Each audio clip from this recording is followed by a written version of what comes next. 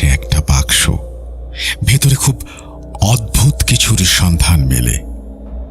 আর তারপর থেকেই ওরা আসতে শুরু করে স্বপ্নে। আমরা যাই কবিরাজের কাছে, তিনি জানান বাক্সটা যেখান থেকে পাওয়া গেছে সেখানে ফেরত দিয়ে আসলে সব ঠিক হয়ে যাবে। কিন্তু এত ক্ষমতা যে বাক্সের, তা কি এত সহজেই ফেরত দেয়া যায়? ভয়কে জয় করে লোভ। তারপর Bhoot.com with Russell. Welcome back. আপনাদের সবাইকে স্বাগত জানাচ্ছি আমি রাসেল। আশা করছি আপনারা সবাই ভালো আছেন, ভালোর তলে আছেন। আমিও ভালো আছি আর ভালোর তলে আছি। নতুন একটা ঘটনায় যাব, যেভাবে লেখা আছে আমি সেভাবেই পড়ে শোনাচ্ছি। আসসালামু আলাইকুম রাসেল ভাই, জানতে চাইব না কেমন আছেন। আশা করি আল্লাহ তাআলার রহমতে আপনি এবং Bhoot.com-এর সকল শ্রোতা ভালো আছেন। কিছুদিন আগে একটি ঘটনা ইমেইল করেছিলাম। হয়তো লেখায় কিছু ভুল ত্রুটি ছিল, তাই সেটি প্রচারযোগ্য হিসেবে বিবেচিত হয়নি। এখানে মূলত ভুলটা আমারই ছিল। আমি লেখাটি শেষ করার পর দ্বিতীয়বার পড়ে দেখিনি। যাই হোক, বিষয়টি নিয়ে আমি আপসেট নই। আমার জানা যত ঘটনা আছে আমি পাঠাতেই থাকব। যেটি রুচিশীল ও উপস্থাপনযোগ্য হবে সেটি অবশ্যই আপনি নির্বাচন করবেন, এই বিশ্বাস আমার আছে। আপনাকে অনেক ধন্যবাদ। আসলে সেরকম কিছু না, অনেক সময়ই ঘটনা কি বলবো যে অনেকের পেছনে পড়ে যায়, আসতে হয়তো একটু সময় লাগে। একটু ধৈর্য ধরে অপেক্ষা করলে আপনি দেখবেন যে আপনার ঘটনাটি প্রচারিত হয়েছে। ঘটনায় যাচ্ছি। পরিবারের বড় ছেলে হওয়ায় সারাদিন কাজের ব্যস্ততায় আমাদের Bhoot.com স্টুডিওতে গিয়ে সরাসরি আপনার সঙ্গে বসে ঘটনা শেয়ার করার মতো সময় হয়ে ওঠে না। তাই আমি চাই আমার ঘটনাটি আপনার কণ্ঠে শ্রোতাদের পড়ে শোনান। বলা বাহুল্য, ঘটনা লেখার পূর্ব অভিজ্ঞতা আমার নেই, তাই লেখার ফরম্যাট, শব্দচয়ন কিংবা উপস্থাপনায় অনিচ্ছাকৃত কোনো ভুল হয়ে থাকলে সেটি ক্ষমা সুন্দর দৃষ্টিতে দেখার জন্য বিনীত অনুরোধ রইল। প্রিয় লিসেনার্স, আমি মাহিন হাসান। আজকে যে ঘটনাটি আপনাদের সাথে শেয়ার করব সেটি হচ্ছে জিনদের প্রতিশ্রুতি দিয়ে সেই প্রতিশ্রুতি না রাখার এক নির্মম পরিণতির ঘটনা। যিনি আমাকে ঘটনাটি শেয়ার করেছেন তিনি নিজের পরিচয় এবং ঘটনাস্থলের নাম প্রকাশ করতে অনিচ্ছুক, তাই তার গোপনীয়তার স্বার্থে আমি তার নাম ও স্থানের নাম পরিবর্তন করে উপস্থাপন করছি। ধরা যাক তার নাম মোহাম্মদ আফসার হোসেন। তিনি যে প্রতিষ্ঠানে কর্মরত ছিলেন, আমিও সেই একই প্রতিষ্ঠানে কাজ করতাম। প্রতিষ্ঠানের একজন পুরনো ও অত্যন্ত বিশ্বস্ত সদস্য হিসেবে সবাই তাঁকে চিনত। বয়সে তিনি আমার চেয়ে বেশ বড় ছিলেন, তাই আমি তাকে চাচা বলেই সম্বোধন করতাম। মধ্যবয়সী একজন মানুষ, বয়স আনুমানিক 40 থেকে 42-এর মধ্যে হবে। অত্যন্ত মিশুক স্বভাবের এবং প্রতিষ্ঠানের প্রায় সবার সঙ্গেই ভালো সম্পর্ক। আমাদের কোম্পানিটি ঢাকার কেরানীগঞ্জের একটি এলাকায় অবস্থিত। মূলত বিমানবন্দর থেকে বিদেশগামী যাত্রীদের খাবারের সঙ্গে যে চামচ, বাটি, প্লাস্টিকের ছুরি, চামচ সহ বিভিন্ন ডিসপোজেবল সামগ্রী দেয়া হয়, সেগুলোই আমাদের প্রতিষ্ঠান সরবরাহ করত। আরাফাত কাকা এবং আমি দুজনেই সেখানে মেশিন অপারেটর হিসেবে কাজ করতাম। তার মেশিনটি ছিল আমার ঠিক পাশেই, ফলে খুব অল্প সময়ের মধ্যেই তার সঙ্গে আমার বেশ সখ্য গড়ে ওঠে। এখানে একটি বিষয় উল্লেখ না করলেই নয়, আমাদের কাজের শিফট ছিল এক সপ্তাহ দিনের শিফট, পরের সপ্তাহ রাতের শিফট।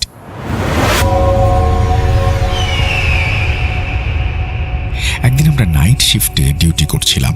হঠাৎ করেই আকাশ কাঁপানো এক প্রচণ্ড ঝড় শুরু হলো। কিছুক্ষণের মধ্যেই বিদ্যুৎ চলে গেল, ফলে মেশিনগুলো সাময়িকভাবে বন্ধ রেখে আমরা সবাই ম্যানেজারের কক্ষে গিয়ে জড়ো হলাম। সময় কাটানোর জন্য আড্ডা জমে উঠল। যতটুকু মনে পড়ে তখন রাজনৈতিক বিভিন্ন বিষয় নিয়েই আলোচনা হচ্ছিল। ঘড়ির দিকে তাকিয়ে দেখলাম রাত আনুমানিক 1:30। চারপাশে একবার চোখ বুলিয়ে নিলাম। পুরো কারখানা জুড়ে আধো অন্ধকার পরিবেশ। জরুরি আলোর মৃদু আভায় সবকিছু ঝাপসাভাবে দৃশ্যমান। মাঝে মধ্যে বিদ্যুতের ঝলকানিতে মুহূর্তের জন্য পুরো কক্ষ আলোকিত হয়ে উঠছে, আবার পরক্ষণেই সবকিছু আগের মতোই অস্পষ্ট হয়ে যাচ্ছে। বাইরে ততক্ষণে ঝড় আরো তীব্র হয়েছে। বাতাসের শোঁ শোঁ শব্দ, দূরে মেঘের গর্জন, আর ঘরের ভেতরে বসে থাকা 6 জন মানুষের দীর্ঘ ছায়া, সব মিলিয়ে পরিবেশটা অদ্ভুত রকমের ভুতুড়ে হয়ে উঠেছিল। মনে হচ্ছিল যেন এমন একটি রাতের জন্যই কোনো হিমশীতল গল্প অপেক্ষা করে থাকে। আমরা জানতাম আফসার কাকার জীবদ্দশায় অনেক অস্বাভাবিক ও রহস্যময় ঘটনার মুখোমুখি তিনি হয়েছেন, কিন্তু যখনই তাকে সেসব বিষয়ে জিজ্ঞেস করা হতো তিনি কোনো না কোনো অজুহাতে বিষয়টা এড়িয়ে যেতেন। কখনো কাজের ব্যস্ততা, কখনো অন্য কোনো কারণ দেখিয়ে কথা ঘুরিয়ে দিতেন। কিন্তু সেদিনের পরিবেশটা ছিল ভিন্ন। বাইরে তাণ্ডব চালাচ্ছে ঝড়, আর ভেতরে আধো অন্ধকার কক্ষ, আর আমাদের সামনে বসে আছেন এমন একজন মানুষ যার জীবনে অনেক কিছুই ব্যাখ্যাতিক ঘটেছে। আড্ডায় উপস্থিত সবাই আমার চেয়ে বয়সে বড় ছিলেন, তাই কিছুটা ইতস্তত করেই বললাম, আচ্ছা আফসার চাচা, কিছুদিন আগে তো বলেছিলেন আপনার জীবনে অনেক ভয়ানক আর অদ্ভুত অভিজ্ঞতা ঘটেছে। আজকের এই গভীর ঝড়ের রাতে চারপাশের এমন পরিবেশ, আপনার ঝুলিতে জমে থাকা কোনো ঘটনা যদি আমাদের শোনাতেন কেমন হয়? আমার কথা শুনে সবাই কিছুক্ষণ চারপাশে তাকালো। ম্যানেজার সাহেব হালকা হেসে বললেন, কথাটা কিন্তু মাহিন খারাপ বলেনি। এমন বৃষ্টির রাতে এমন একটা পরিবেশে সত্যি কোনো ভৌতিক ঘটনা শুনতে মন্দ লাগবে না। বাকিদের মুখের অঙ্গভঙ্গি দেখেও বুঝতে পারলাম তারাও ম্যানেজারের সঙ্গে একমত। চাচা তখন চুপচাপ বসেছিলেন। গল্প শোনানোর প্রসঙ্গ উঠতেই তার মুখটা একটু গম্ভীর হয়ে গেল। তিনি ধীরে ধীরে একটা দীর্ঘশ্বাস ছাড়লেন। তারপর পকেট থেকে সিগারেট বের করে ধরালেন। আমি মেঝের ওপর রাখা অ্যাশট্রেটা তাঁর দিকে এগিয়ে দিলাম। তিনি কোনো কথা না বলে সিগারেটে কয়েকটা গভীর টান দিলেন। বিদ্যুতের ঝলকানিতে ক্ষণিকের জন্য তার মুখটা স্পষ্ট হয়ে গেল। কেন যেন মনে হলো তিনি যেন কোনো পুরনো স্মৃতির ভেতরে হারিয়ে গেছেন, এমন একটি স্মৃতি যেটি আজও তাকে অস্বস্তিতে ফেলে। ঘরের ভেতর তখন অদ্ভুত নীরবতা। বাইরে ঝড়ের শব্দ ছাড়া আর কিছুই শোনা যাচ্ছিল না। আমরা সবাই তার মুখের দিকে তাকিয়ে অপেক্ষা করছিলাম। অবশেষে তিনি সিগারেটের ধোঁয়া ধীরে ধীরে ছেড়ে বললেন, তোমরা ঘটনা শুনতে চাও? আচ্ছা শোনো তাহলে।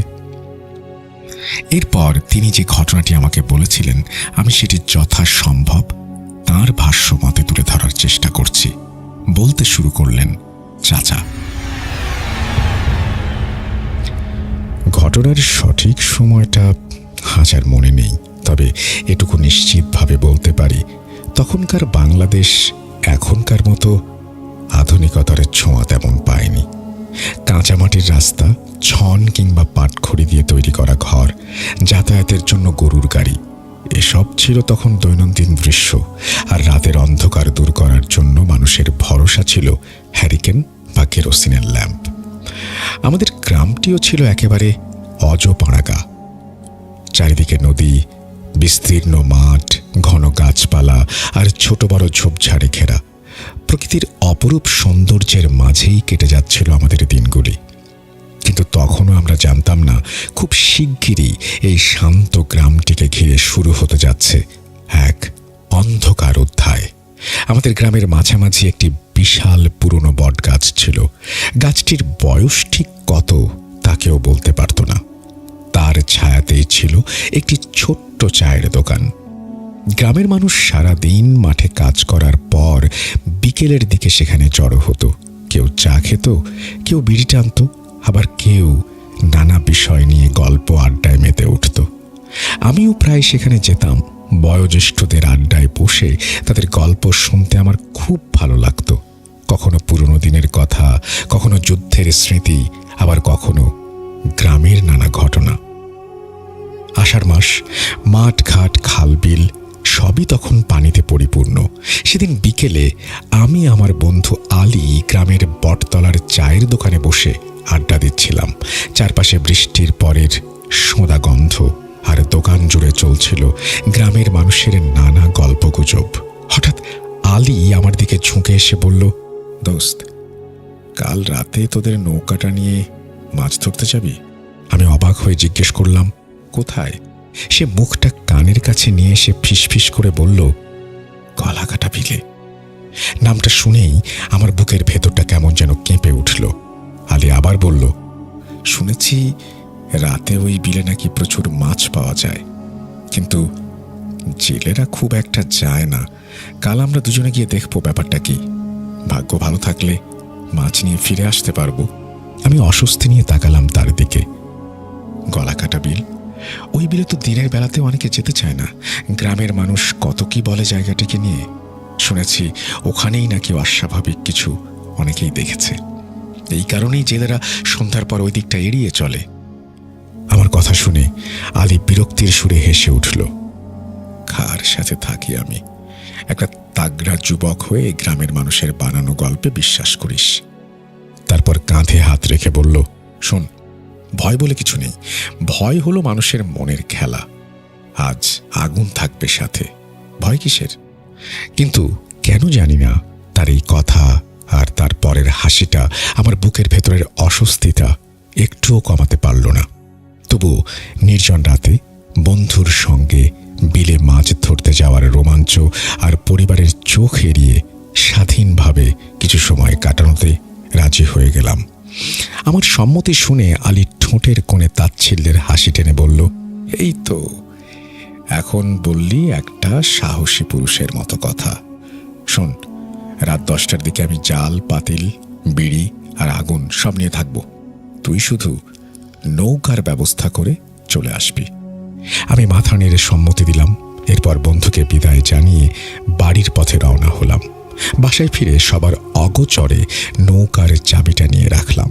সারাদিন স্বাভাবিক থাকার চেষ্টা করলেও মনে মনে শুধু রাত হওয়ার অপেক্ষায় ছিলাম। অবশেষে রাত নেমে এলো। যখন বাড়ির সবাই গভীর ঘুমে আচ্ছন্ন, তখন নিঃশব্দে দরজা খুলে বাইরে বের হলাম। চারপাশে তখন নিস্তব্ধতা। দূরে কোথাও ঝিঁঝি পোকার ডাক ছাড়া আর কোনো শব্দ নেই। সাবধানে ঘাটের দিকে এগিয়ে গেলাম। সেখানে পৌঁছে দেখি আলী আমার আগেই এসে হাজির। জাল, পাতিল, প্রয়োজনীয় সব জিনিসপত্র নিয়ে ইতোমধ্যেই নৌকায় উঠেছে। নৌকার মাঝখানে বসে সে ধীরে সুস্থে একটা বিড়ি টানছিল। জ্বলন্ত বিড়ির আগুন অন্ধকারে তার মুখটা উজ্জ্বল করে তুলছিল। আমি ঘাটে পৌঁছে নৌকার তালা খুললাম। হালকা ধাক্কা দিতেই নৌকাটা ধীরে ধীরে পানির ওপর ভেসে উঠল। আমি উঠে বসতেই আলী বইটা হাতে নিল। নিষিদ্ধ সেই গলাকাটা বিলের উদ্দেশ্যে আমাদের যাত্রা শুরু হলো। চারিদিকে যেদিকেই তাকাই শুধু পানি আর পানি। দূরের গাছগুলোর অবয়ব অন্ধকারে অস্পষ্ট হয়ে আছে। নৌকা এগিয়ে চলছে নিস্তব্ধ বিলের দিকে। পানির ছলাৎ ছলাৎ শব্দ ছাড়া আশেপাশে আর তেমন কোনো শব্দ ছিল না।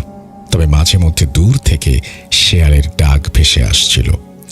নাম না জানা কয়েকটি পাখি এমন করুণ সুরে ডেকে উঠেছিল যেন কোনো অদৃশ্য সুখ গাথা তারা শুনিয়ে যাচ্ছে। কেন জানি না ধীরে ধীরে আমার বুকের ভেতর অস্বস্তিটা বাড়ছিল। আমি আলীর দিকে তাকিয়ে বললাম, চল ফিরে যাই, আমার মনটা কেমন যেন করছে। আলীর সঙ্গে সঙ্গে বিরক্ত হয়ে বলল, দৌড়, তোর মাথা ঠিক আছে? আমি আর কিছু বললাম না। কিছুক্ষণ পর আমরা বিলের প্রায় মাঝামাঝি জায়গায় পৌঁছালাম। সেখানে নৌকা থামিয়ে জাল পেতে অপেক্ষা করতে লাগলাম। আনুমানিক আধা ঘন্টা পর জাল তোলার সময় হঠাৎ অনুভব করলাম জালে যেন ভারী কিছু একটা আটকে গেছে। আমরা দুজন মিলে জাল টানতে লাগলাম। ধীরে ধীরে পানির নিচ থেকে ভেসে উঠল একটা বড় কাঠের বাক্স। বাক্সটি সম্পূর্ণ ভেজা ছিল, কিন্তু অদ্ভুত বিষয় হলো এর চারপাশে অসংখ্য সুতা পেঁচানো ছিল। কোথাও কোথাও ছোট ছোট তাবিজের মতো জিনিসও ঝুলতে দেখা যাচ্ছিল। আলী বাক্সটা দেখে উত্তেজিত হয়ে উঠল। দোস্ত, মনে হয় কোনো ভালো কিছু পেয়েছি বলেই সে কষ্ট করে বাক্সটাকে নৌকার ওপর তুলে ফেলল। আমি বাক্সটার দিকে তাকিয়ে রইলাম। কেন জানি না জিনিসটা দেখে আমার বুকের ভেতর একটা অজানা ভয় কাজ করতে লাগলো। তাবিজ, সুতা আর অদ্ভুত বাঁধনগুলো দেখে মনে হচ্ছিল বাক্সটাকে কেউ ইচ্ছে করেই এভাবে বেঁধে রেখেছে। আমি নিচু গলায় বললাম, আলী, আমার মনে হয় জিনিসটা ভালো কিছু না, যেখান থেকে পেয়েছি ওইখানেই ফেলে দেই। আলী বলল, ভয় পেয়েছিস? আমি উত্তর দিলাম না, কিন্তু তখনও বুঝতে পারিনি জাল থেকে তোলা ওই বাক্সটাই আমাদের জীবনের সবচেয়ে অস্বাভাবিক রাতের সূচনা হতে চলেছে। ঘটনাটি অত্যন্ত দীর্ঘ হওয়ার জন্য আমি পরবর্তী অংশ পর্ব 2-এ শেয়ার করব। Bhoot.com with Russell. আসসালামু আলাইকুম রাসেল ভাই, আমি মাহিন হাসান। জানি আল্লাহর রহমতে আপনি খুব বেশি ভালো আছেন এবং সর্বদাই ভালোর দলে। রহস্যময় বিল ঘটনাটির পার্ট 1 আমি সারা রাত না ঘুমিয়ে লিখেছি এবং ভোরেই আপনাকে ইমেইল করেছি। সকালে আপনার পুরনো ভূত এফএমের একটা এপিসোড শুনতে শুনতে ঘুমিয়ে গেছি। ঠিক তখনই আমি কল পাই Bhoot.com থেকে। আমাকে ঘটনার দ্বিতীয় পর্ব লিখে পাঠানোর কথা বলা হয়। এখানে ছোট্ট করে বলে রাখি, সত্যিই তাই।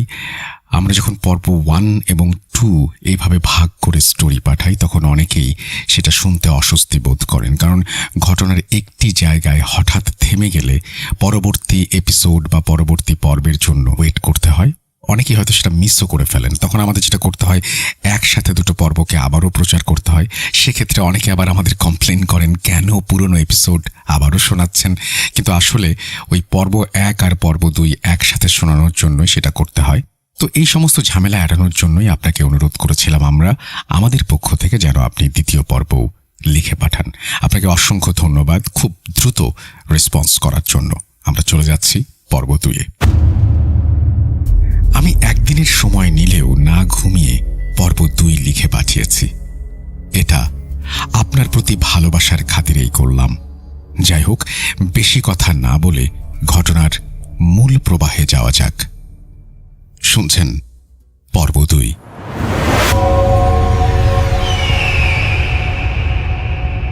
আমরা তখনও বুঝতে পারিনি জাল থেকে তোলা ওই বাক্সটাই আমাদের জীবনের সবচেয়ে অস্বাভাবিক ঘটনার সূচনা করতে চলেছে। আমি আলীকে অনেক বুঝিয়েছিলাম, দোস্ত, জিনিসটা ভালো মনে হচ্ছে না, যেখান থেকে পেয়েছি ওখানেই ফেলে দে। কিন্তু আলী আমার কথা শুনল না, বরং বাক্সটার প্রতি তার আগ্রহ আরও বেড়ে গেল। অনেক কষ্টে সেটাকে নৌকায় তুলে আমরা বাড়ির পথে রওনা দিলাম।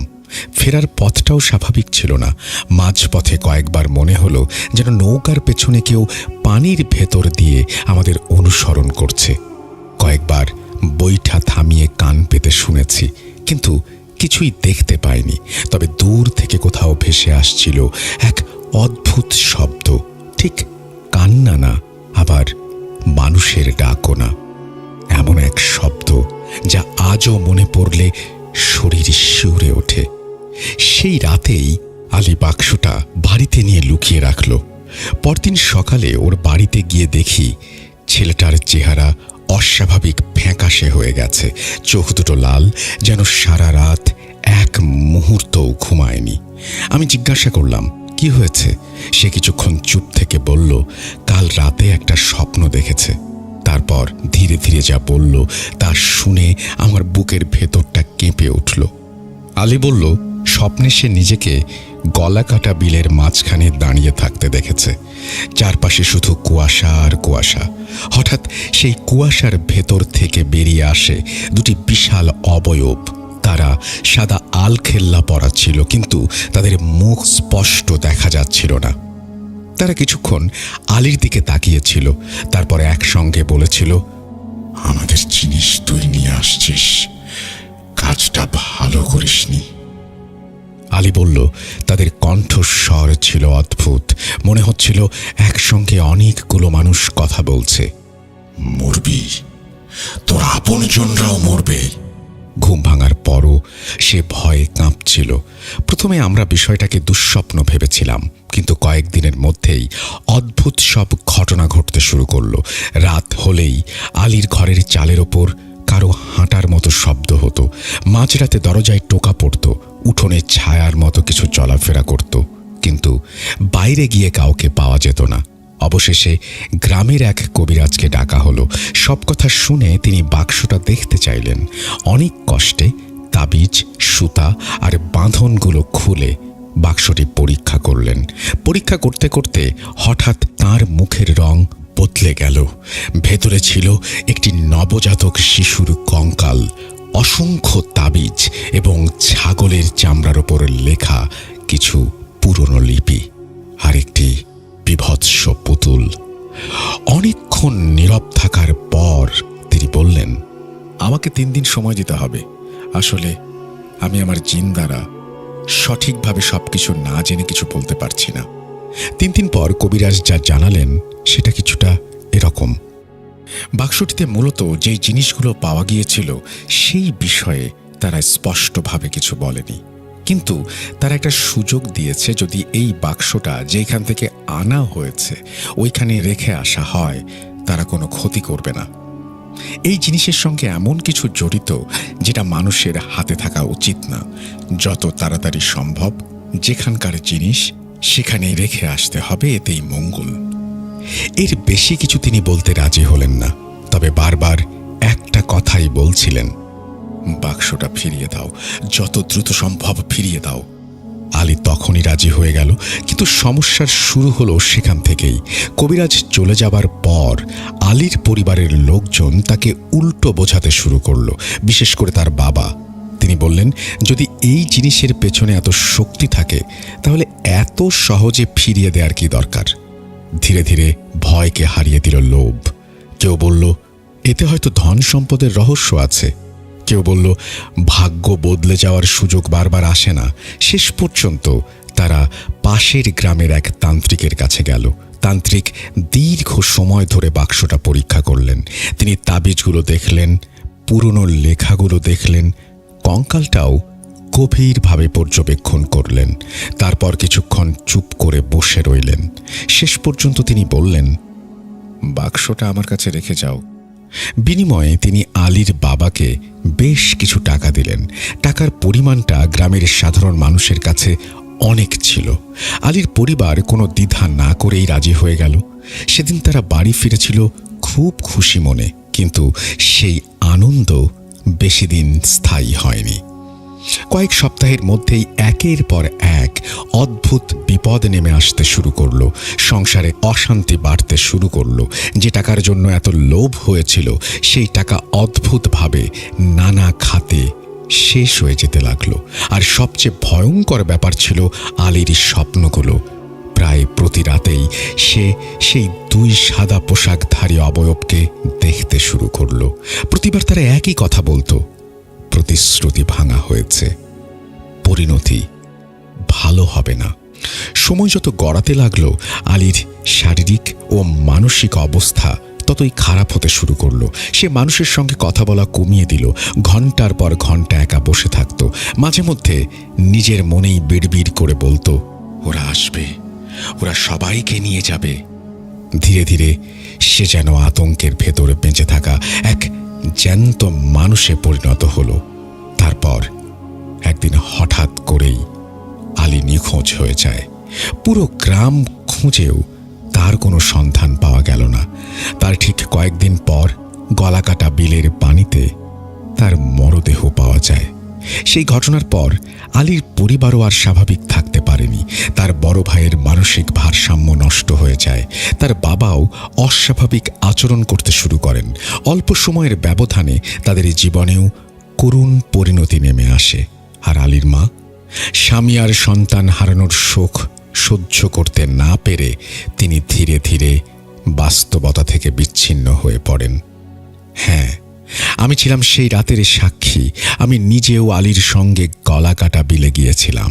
তবে একটা কথা আজও মনে আছে, বাক্সটা পাওয়ার পর প্রথম থেকেই আমি সেটা না নেয়ার জন্য নিষেধ করেছিলাম। আর আমি কখনোই বাক্সটিকে স্পর্শ করিনি। তবুও যতদিন আলীর জীবনে সেই অস্বাভাবিক ঘটনাগুলো চলছিল ততদিন আমিও অদ্ভুত সব স্বপ্ন দেখতাম। মাঝরাতে ঘুম ভেঙে যেত, মনে হতো কেউ আমার দিকে তাকিয়ে আছে। আজও আমি জানি না সেই বাক্সের রহস্যটা কি। জানি না স্বপ্নে দেখা সেই অবয়বগুলো কেনই বা এটা চেয়েছিল। তবে একটা জিনিস আমি নিশ্চিতভাবে শিখেছি, মানুষের জীবনে অনেক সর্বনাশ ভয় থেকে শুরু হয় না, শুরু হয় লোভ থেকে। এই বলে আফসার চাচা চুপ করে গেলেন। ঘরের ভেতর আবার নীরবতা নেমে এলো। বাইরে তখনও ঝড়ের শব্দ শোনা যাচ্ছে। আমি লক্ষ্য করলাম তার চোখের কোণে জমে আছে এক ফোঁটা অশ্রু।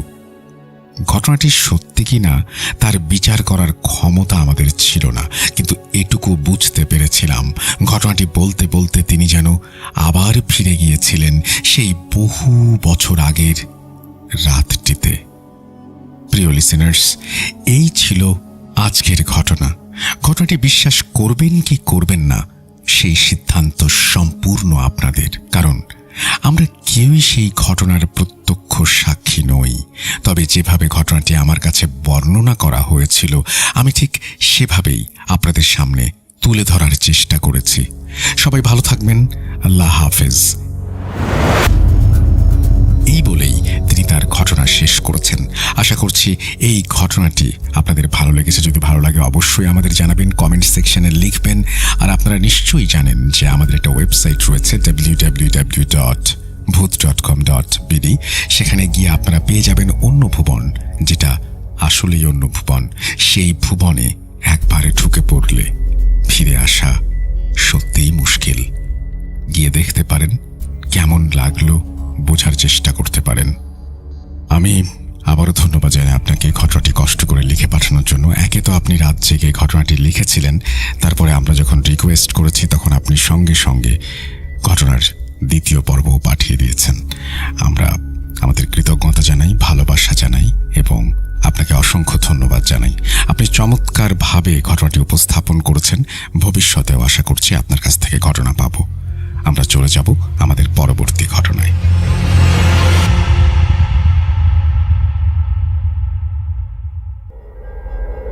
Spirit, be here with me.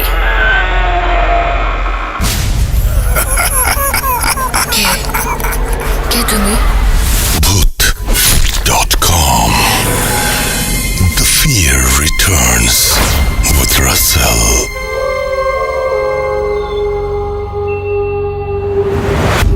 Welcome back. আপনাদের সবাইকে স্বাগত জানাচ্ছি আমি রাসেল। আশা করছি আপনারা সবাই ভালো আছেন এবং ভালোর দলে আছেন। আমিও ভালো আছি আর ভালোর দলে আছি। নতুন একটা ঘটনায় যাব, যেভাবে লেখা আছে আমি সেভাবেই পড়ে শোনাচ্ছি। আসসালামু আলাইকুম রাসেল ভাই। আপনি যেহেতু সবসময় ভালোর পক্ষে থাকেন তাই আর জিজ্ঞেস করলাম না আপনি কেমন আছেন। আমি মোহাম্মদ আরাফাত রহমান, খুলনা বিভাগের ঝিনাইদহ জেলা থেকে লিখছি। কিছুদিন আগে আপনাকে একটি ঘটনা ইমেল করে পাঠিয়েছিলাম। হয়তো কোনো কারণে সেটি নির্বাচিত হয়নি, এজন্য প্রথমে একটু অভিমান হয়েছিল, তবে সেটা বেশিক্ষণ টেকেনি। সত্যি বলতে যখন নতুন কোনো এপিসোডে আমরা আপনার সেই হাড় হিম করা ভয়েসটা শুনি তখন সব অভিমান নিমেষেই মিলিয়ে যায়। যাই হোক, আজ আবার একটি নতুন ঘটনা পাঠাচ্ছি। যদি প্রচারযোগ্য মনে হয় তাহলে পড়ে শোনানোর অনুরোধ রইল। ঘটনায় যাওয়ার আগে ঘটনাটি কিভাবে সংগ্রহ করলাম সেটা জানিয়ে নিলে শ্রোতাদের বুঝতে সুবিধা হবে। আমি পড়াশোনার সুবাদে হোস্টেলে থাকি। কিছুদিন আগে ঈদের ছুটিতে বাড়ি ফিরছিলাম। বাস থেকে নামলাম রাত 9:20। বাড়ি তখনও প্রায় 5 কিলোমিটার দূরে। রাস্তায় একটিও গাড়ি নেই। দাঁড়িয়ে সময় দেখছি, গাড়ির জন্য অপেক্ষা করছি। ঠিক তখনই দূর থেকে একটা ভ্যানের হর্নের শব্দ ভেসে এলো। বুকের ভেতর হঠাৎ আশা ফিরে পেলাম। ভ্যানটি কাছে আসতেই দেখি চালকের আসনে আমাদের পাশের গ্রামের হাশেম আলী দাদু।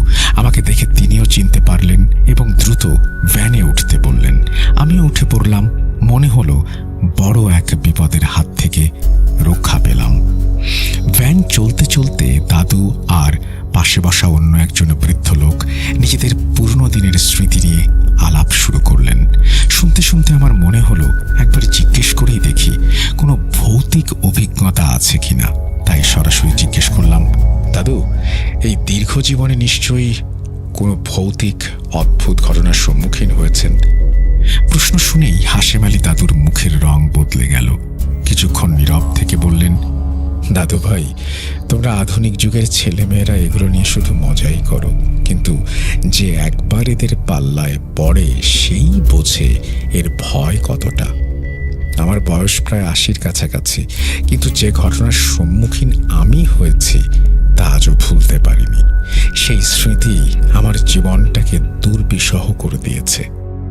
তিনি প্রথমে কিছু বলতে রাজি হচ্ছিলেন না। আমি নাছোড়বান্দা, শেষমেশ হার মানলেন। তারপর যা শোনালেন আমি শুধু বাকরুদ্ধ হয়ে শুনে গেলাম। ভূত.com-এ ঘটনাটা শেয়ার করতে চাই শুনে তিনি মাথা নেড়ে সায় দিলেন। তবে একটাই অনুরোধ, নামটা যেন না আসে। তাই আজকের ঘটনার মানুষটাকে ডাকবো হাশেম আলী দাদু। এবার ঘটনায় যাওয়া যাক।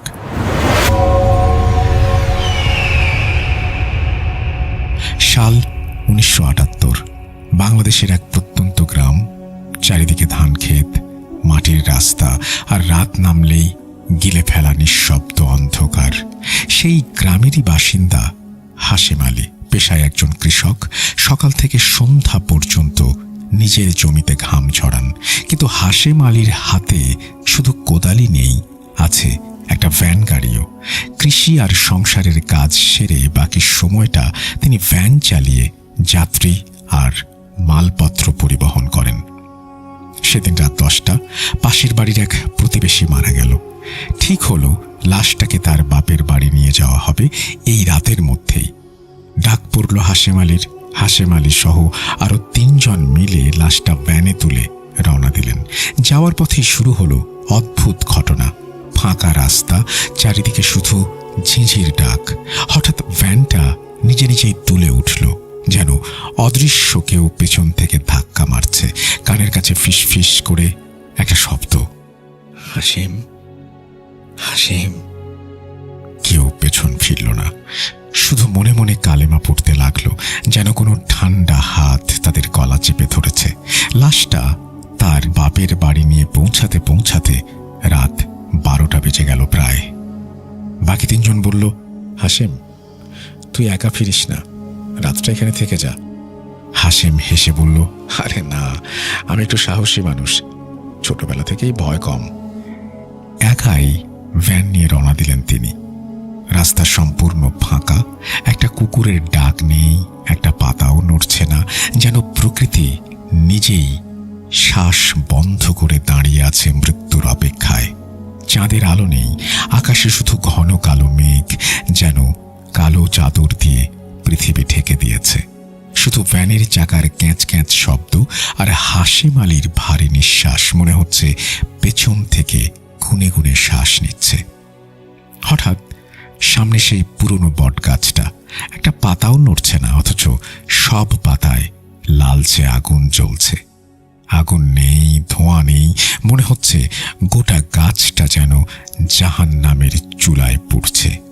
সেই লাল আলোয় চারিদিক রক্তের মতো রাঙা হয়ে গেছে। আর তখনই সেই গাছের কাছে পৌঁছাতেই হাশেম আলীর কানে এলো বাজারের মতো শোরগোল। হাজারটা মানুষ কথা বলছে, হাসছে, কাঁদছে, গালি দিচ্ছে, সব একসাথে, যেন মৃত্যুর বাজার বসেছে। কেউ ডাকছে, কেউ টানছে, কেউ ফিস ফিস করে কথা বলছে, এদিকে আয়। সাথে সাথে ভ্যানটা অস্বাভাবিক ভারী হয়ে গেল, যেন পেছনে ১০০ মণ পাথর না, একটা গোটা শ্মশান বেঁধে দেয়া হয়েছে। হাশেম আলী ঘাড় ঘোরালেন না, কারণ ঘাড়ের পেছনে তিনি একটা ঠান্ডা নিঃশ্বাস অনুভব করলেন, বরফের মতো ঠান্ডা, সাপের মতো পিচ্ছিল। কানের কাছে আবার ফিস ফিস, হাশেম, হাশেম। হাশেম আলী চোখ বন্ধ করে হাত দুটো দিয়ে শক্ত করে ভ্যানের হাতল চেপে ধরলেন। মনে মনে দোয়া পড়তে লাগলেন, আল্লাহু আকবার, বিসমিল্লাহির রহমানির রহিম। ১ মুহূর্ত, ২ মুহূর্ত, হঠাৎ সব থেমে গেল। আগুন নেই, শোরগোল নেই, ভার নেই, ঠান্ডা নেই, চারিদিক আগের মতোই নিঝুম। হাশেম আলী পেছনে ফিরে তাকালেন না, তাকালে হয়তো আর ফিরতে পারতেন না। শুধু ভ্যান চালিয়ে সোজা বাড়ির দিকে ছুটলেন। বাড়ি ফিরে হাশেম আলী ভ্যানটা উঠোনে রেখেই দরজা খুলে ঘরে ঢুকলেন। হাত পা তখনও কাঁপছে। সেই রাত আর কিছু হয়নি, কিন্তু ঘুম হয়নি এক ফোঁটাও। চোখ বন্ধ করলেই কানে বাজে সেই ফিস ফিস, আর চোখের সামনে ভাসে বটগাছের লালচে আগুন। পরদিন সকাল হতেই উনি সিদ্ধান্ত নিলেন আর একা রাখবেন না এই বোঝা। গেলেন দুঃসম্পর্কের এক দাদির কাছে। দাদির বয়স প্রায় 100 ছুঁই ছুঁই। গ্রামের সবাই জানে দাদির পোষা কয়েকটি ভালো জিন আছে। হাশেম আলী সেই দাদির কাছে গিয়ে সব খুলে বললেন, শুরু থেকে শেষ পর্যন্ত। বটগাছ, লাল আগুন, হাজার কণ্ঠের শোরগোল, সব শুনে দাদি চুপ করে থাকলেন। তারপর বললেন, হাশেম, আজ রাতে তুই আমার এখানেই থাকবি।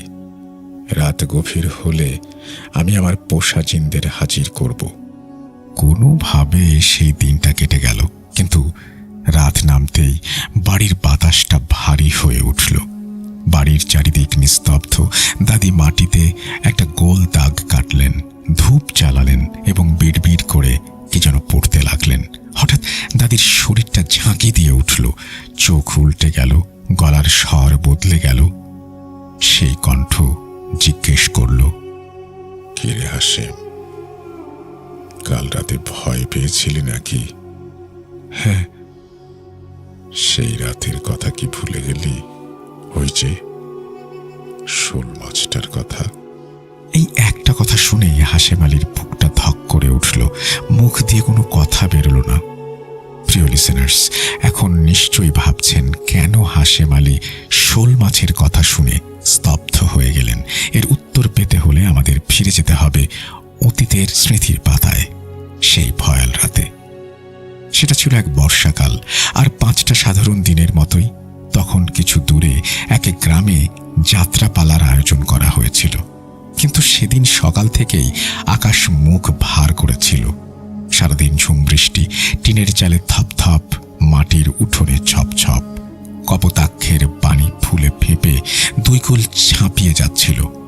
রাস্তাঘাট কাদায় পিচ্ছিল, বাতাসে ভিজে মাটির গন্ধ আর ঠান্ডা। এমন দিনে মাঠে পালা বসানো যায় না, তাই হালদার বাড়ির বড় ঘরটার ভেতরেই মঞ্চ বানিয়ে পালা শুরু হলো। বাইরে বৃষ্টির শব্দে ভেতরের ঢোল, কাঁসি কখনো চাপা পড়ে যাচ্ছিল, কখনো আবার গম গম করে উঠছিল। হাশেম আলী সেদিনই তাদের গ্রামের নিকটবর্তী কপোতাক্ষ নদে জাল ফেলে এসেছিলেন।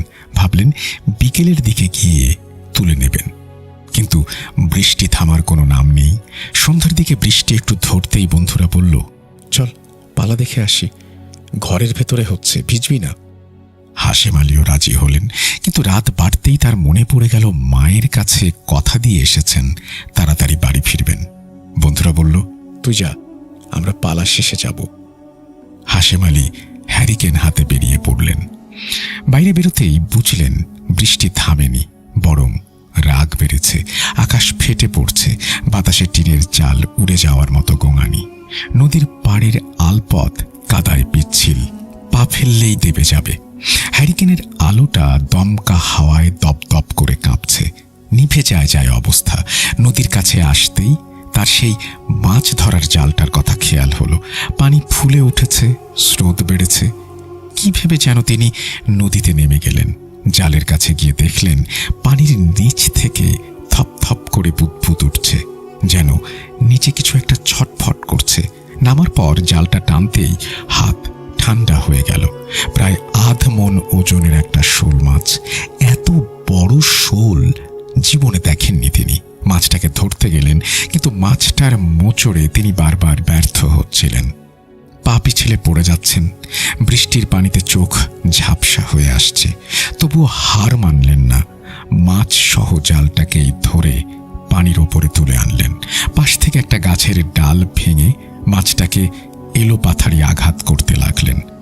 এক পর্যায়ে মাছটা নেতিয়ে পড়ল, কিন্তু জীবন্ত ছিল। হাশেম আলী জাল সহ মাছটাকে কাঁধে নিয়ে বাড়ির দিকে রওনা দিলেন। বৃষ্টির শব্দ ছাপিয়ে এবার অন্য আওয়াজ কানে এলো। চারপাশে অসংখ্য কিছু ঘুরছে। পেছন থেকে কান্না জড়িত কণ্ঠ বলল, আমার সন্তান তোর কি ক্ষতি করেছিল? তুই ওকে কষ্ট দিচ্ছিস কেন? সাথে এক মহিলার করুণ ভেসে এলো, তোর যা চাই আমি দেব, আমার সন্তানকে দিয়ে যা। হাশেম আলী থমকে দাঁড়ালেন। বৃষ্টির মধ্যে ঘাম বেরিয়ে গেল। বললেন, কি দিবি? পেছন থেকে বলল, তোকে আমি 2টা সোনার পয়সা দেব, তুই এতে অনেক ধনী হতে পারবি। লোভে পড়ে হাশেম আলী রাজি হলেন। হাতে ঠান্ডা 2টা ধাতব কিছু এসে পড়ল, সোনার পয়সা। পয়সা পেয়ে তিনি মাছটা ছেড়ে দিলেন এবং সাথে সাথেই কান্নার রোল পড়ে গেল। এক মায়ের আর্তচিৎকারে মনে হলো কপোতাক্ষের পানি কেঁপে উঠল। বৃষ্টির শব্দের সাথে মিশে গেল সেই কান্না। হাশেম আলী আর পেছন ফিরলেন না, দৌড়ে বাড়ি ফিরে এলেন। বাড়ি ফিরেই এক কবিরাজের কাছে গিয়ে তাবিজ নিয়ে এলেন। কবিরাজ বলেছিলেন, এই তাবিজ যতদিন গায়ে থাকবে ওরা তোর কোনো ক্ষতি করতে পারবে না। আর শোন, রাতের বেলা কোনো মরা বাড়িতে যাবি না, গেলে তাবিজের জোর কমে যাবে। হাশেম আলী মাথা নেড়ে সম্মতি দিয়েছিলেন, কিন্তু সহজেই মানুষ ভুলে যায় সবকিছু। তিনি একটা পয়সা বিক্রি করলেন আর অন্যটা ঘরে রেখে দিলেন, কিন্তু সেটি কয়েকদিন পরেই হারিয়ে গেল। শত খোঁজাখুঁজির পরেও আর পাওয়া গেল না পয়সাটা। লিসেনার্স, এখন সময় হয়েছে বর্তমানে ফিরে আসার, সেই বৃদ্ধা দাদির ঘরে। পুনরায় জিনের গম্ভীর গলা বেজে উঠল বৃদ্ধার মুখে। তুই রাতে লাশ নিয়ে গেছিস হাশেম, তাই তোর তাবিজের গুণ নষ্ট হয়ে গেছে। এখন সেই জিনেরা ছায়ার মতো তোর পিছে লেগে গেছে, যখন তখন ঝাঁপিয়ে পড়বে। সাবধান হাশেম, অনেক সাবধান। কথা শেষ হতেই বৃদ্ধার শরীরটা মোচড় দিয়ে উঠল একটা গোঙানি, তারপর নিথর। জিন চলে গেছে। হাশেম আলীর বুক ধুকপুক করছে, গলা শুকিয়ে কাঠ। কোনো মতে ফিসফিস করে বলল, এখন কি করব দাদি? এই বিপদ থেকে বাঁচার কোনো রাস্তা নেই?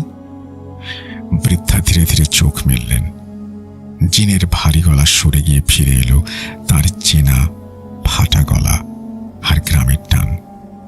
অনার মাথা গরম করিস না বাপ, সা ঘুম দে গিয়া। আজ রাইতে আর কি শুইব না, তরে কেউ শুইব না। কাইল বোরে উইটা তরে সব কমুনে বুঝবি কি করতে হইব। হাসিম আর কথা বাড়ালো না, চুপচাপ মাদুরে শুয়ে পড়ল। অদ্ভুত ব্যাপার, সে সারা রাত একটুও ভয় পেল না, বরং মনে হলো ঘরের 4 কোণায় 4 জন বসে আছে, পাহারা দিচ্ছে। ভোরের আজান হতেই বৃদ্ধা ডাক দিলেন, হাশেম রে, এইদিকে আয় বাপ। হাশেম কাছে যেতেই বৃদ্ধা তার শুকনা হাতটা শক্ত করে চেপে ধরলেন। হাত কাঁপছে। হাশেম, আমার বয়স হইছে, কখন যে মালিকুল মাউত আইয়া টান দিয়া লয়া যায় ঠিক নাই। আমার পোষা জিনগুলোরে তরে দিয়া দিমু, ওরাই তোরে ছায়ার মতো আগলায় রাখবো। ওরা উসিলা হইব, তুই বিপদ থাইকা বাঁচবি। কিন্তু হুন, এত সোজা না রে। তোর বুকের পাটা কত বড় সেটা ধ্যান লাগবো। আইস রাইত আবার একলা আইবি আমার বাড়িতে। কথা শেষ করেই বৃদ্ধা চোখ বন্ধ করলেন। বাইরে তখন একটা কাক ডাকলো, আর হাশেম আলীর বুকের ভেতরটাও ধক করে উঠল। তাহলে কি ভয় এখনো শেষ হয়নি? এই কথাটাই যেন ওকে গিলে খাচ্ছিল। একসময় দিনের আলো নিভে গিয়ে রাত নামল, প্রায় মাঝরাত। চারিদিকে ঝিঁঝি পোকার একটানা ডাক। বাঁশঝাড়ের মাথায় বাতাস লাগতেই শোঁ শোঁ শব্দ উঠছে। মনে হয় দূরে কেউ ফিস ফিস করে কথা বলছে। চাঁদের আলো কেমন যেন ফ্যাকাশে। সেদিন রাতে হাশেম আলী আবার গেল দাদির বাড়ি। দাওয়ার কোনায় বৃদ্ধা বসে আছেন, হাতে তসবি, ঠোঁট নড়ছে, বিড়বিড় করে জিকির করছেন। হাশেমকে দেখে তসবিটা কোলের উপর রেখে বললেন, হাশেম আইসোস, বস বাপ, আল্লাহরে ডাক। হাশেম, আজ তোরে আমার জিন গলার সাথে দেখা করন লাগবো। এখন থেকে যদি অগলগে থাকতে অভ্যাস করস, পাশে আর কষ্ট হইব না। হাশেম ঢুকিলে বলল, দেখেন দাদি, যাও আবার হইব। বৃদ্ধা মাথা নেড়ে বললেন, অগরে আমি একটা কামে বাড়াইছি, আয়া পড়ব একটু বাদে, তুই চুপ কইরা বস, মনটা ঠান্ডা রাখ। কিছুক্ষণ পর দাদি হাশেমের কাঁধে হাত রেখে ফিসফিস করে বললেন, তুই প্রস্তুত?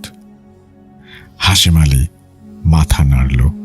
দেখ তো ওই নারকেল গাছের মাথায় কিছু দেহস কিনা। হাশেম তাকালো। উঁচু নারকেল গাছটা বাতাসে দুলছে, পাতার ফাঁক দিয়ে অন্ধকার ছাড়া আর কিছু দেখা যায় না। সে বলল, কই দাদি, এখানে তো কিছু নাই। দাদি চোখ ছোট করে বললেন, আবার দেখ, মন দিয়া তাকা, আল্লাহর নাম লইয়া তাকা। এবার হাশেম তাকাতেই বুকটা ছ্যাঁত করে উঠল। গাছের মাথায় 6টা কালো অবয়ব, মানুষের মতো, শুধু আকৃতিটা ছায়ার। বাতাসে ওদের শরীর একটুও দুলছে না, অথচ নারকেল পাতা ছিঁড়ে খাচ্ছে। হাশেমের গলা শুকিয়ে কাঠ হলেও সে শক্ত হয়ে দাঁড়িয়ে রইল। মনে মনে বলল, এরা ভালো জিন, দাদি আগেই বলে রেখেছে। দাদি ধীরে ধীরে বললেন, হাশেম, আহম তরে নিজেই অগর লগে কথা কইতে হইব। যা যা, ওই কলের পিছনে তোর দাদার কবরের পাশে গিয়া দাঁড়া, ওরা ওইখানেই তোর লগে কথা কইব। আমি যাও না, তোরে একলা যাইতে হইব, ভয় পাইলে চলব না। হাশেম বুকের ভেতর সাহস জমিয়ে এগোলো। পায়ের নিচে শুকনো পাতা মচমচ করছে। দূরে শিয়াল ডেকে উঠল একবার। কবরের পাশে যেতেই ঠান্ডা হাওয়া যেন গায়ে বিঁধে গেল। সামনে দেখল 6টা অবয়ব সারি বেঁধে দাঁড়িয়ে আছে। দাদার কবরের দিকে মুখ করে হাশেম কাঁপা গলায় সালাম দিল। তখন একটা অবয়ব এগিয়ে এলো। গলা নেই, কিন্তু কথা যেন মাথার ভেতর বেজে উঠল। হাশেম, তুই একটা শক্তিশালী জিনের বাচ্চাকে মেরে ফেলেছিস। সেই রাতে আঘাত করার কয়েকদিন পরেই ও মারা গেছে। ওর বাবা মা প্রতিশোধ চায়, প্রাণের বদলে প্রাণ। তোর দুঃসম্পর্কের দাদা যেই কবরে শুয়ে আছে, খুব ভালো মানুষ। আমরা এই 6 জিন ছিলাম তার সহকারী। মরার আগে আমাদের তার স্ত্রীর কাছে রেখে গিয়েছিলেন ওনাকে দেখাশোনা করার জন্য। এখন উনিও বৃদ্ধ হয়ে গেছেন, তাই তিনি চান আমরা তোর সাথে থেকে তোকে বাঁচাই। শর্ত একটাই, তোকে আল্লাহর পথে ফিরে আসতে হবে, 5 ওয়াক্ত নামাজ পড়তে হবে। যদি রাজি থাকিস আমরা থাকব। হাশেম এক মুহূর্ত ভাবল না, বলল, রাজি, আমি রাজি। কথা শেষ হতেই 6টা অবয়ব ধীরে ধীরে বাতাসে মিলিয়ে গেল, যেন কখনোই তারা ছিল না। বৃদ্ধা শুধু বললেন, আজ থেকে আমার 6 দিন সারাক্ষণ তরে আগলাইয়া রাখবো, শর্তটা মাইনা চলিস বাপ। হাশেম মাথা নেড়ে শুধু ঠিক আছে দাদি বলল। সেই রাতটাও স্বাভাবিকভাবে কেটে গেল, কিন্তু হাশেম ঘুমোতে গিয়ে টের পেল ঘরের 4 কোণায় আজও 4 জোড়া চোখ। তারা পাহারা দিচ্ছে। বাইরে আবার বাঁশ ছাড়ে বাতাস উঠল। দূরে কোথাও শেয়াল ডেকে উঠল, যেন জানান দিল খেলা এখনো শেষ হয়নি। এভাবে কয়েক মাস ভালোভাবেই কেটে গেল। বার্ধক্যজনিত কারণে সেই দাদিও কয়েকদিন হলো মারা গিয়েছেন। তারপর এলো অমাবস্যার রাত। গোটা আকাশটা যেন আলকাতরা ঢেলে কালো করে দিয়েছে। একটা তারা নেই, চাঁদের ছিটে ফোটা আলোও নেই। বাইরে বাঁশ ছাড়ে বাতাস লাগার শোঁ শোঁ শব্দটা হঠাৎ খপ করে থেমে গেল। একদম নিঝুম, এমন নিঝুম যে হাশেম আলী নিজের বুকের ভেতর হাতুড়ি পেটানোর শব্দ শুনতে পাচ্ছে। প্রতিটা শব্দে কলিজা যেন খাঁচা ছেড়ে বেরিয়ে আসতে চাইছে। হঠাৎ ঘরের চালের ওপর যেন আকাশ থেকে কয়েক মণ ওজনের কিছু আছড়ে পড়ল। গোটা ঘর কেঁপে উঠল। লম্বা বাঁকা লোহার মতো শক্ত নখ দিয়ে কেউ যেন চালটা আঁচড়াচ্ছে। হাশেম আলী বিছানার উপরে চিত হয়ে শুয়ে আছে। নড়াচড়া করার শক্তি নেই, চোখের পাতাটুকুও ফেলতে পারছে না। ঘরের কোনায় দাঁড়ানো 6টা ছায়া জিন একসাথে ফিস ফিস করে উঠল। গলাটা হিম, বরফের মতো ঠান্ডা। সঙ্গে সঙ্গে দরজার নিচ দিয়ে হুড়মুড় করে ঢুকলো একটা গন্ধ, পচা শোল মাছের আষ্টে গন্ধ। কবর থেকে তোলা 10 দিনের পুরনো লাশের গন্ধ, টাটকা রক্তের গন্ধ। গন্ধটা নাকে ঢুকতেই হাসিম আলীর পেট গুলিয়ে উঠল, আর হ্যারিকেনের হলদে আলোটা চোখের সামনে দপ করে নীল হয়ে গেল, শ্মশানের আগুনের মতো নীল। আর ঠিক তখনই বাঁশের বেড়ার ফাঁক দিয়ে ফুটে উঠল দুটো চোখ। চোখ নাকি জ্বলন্ত কয়লার খণ্ড? হঠাৎ বেড়ার মোটা বাঁশ মট করে ফাঁক হয়ে গেল, আর সেই ফাঁক দিয়ে ঢুকলো একটা মাথা। না, ওটা কোনো মানুষের মাথা না, একটা শোল মাছের মাথার মতো বিকৃত, চ্যাপ্টা, কালচে, সবুজ আশে ঢাকা।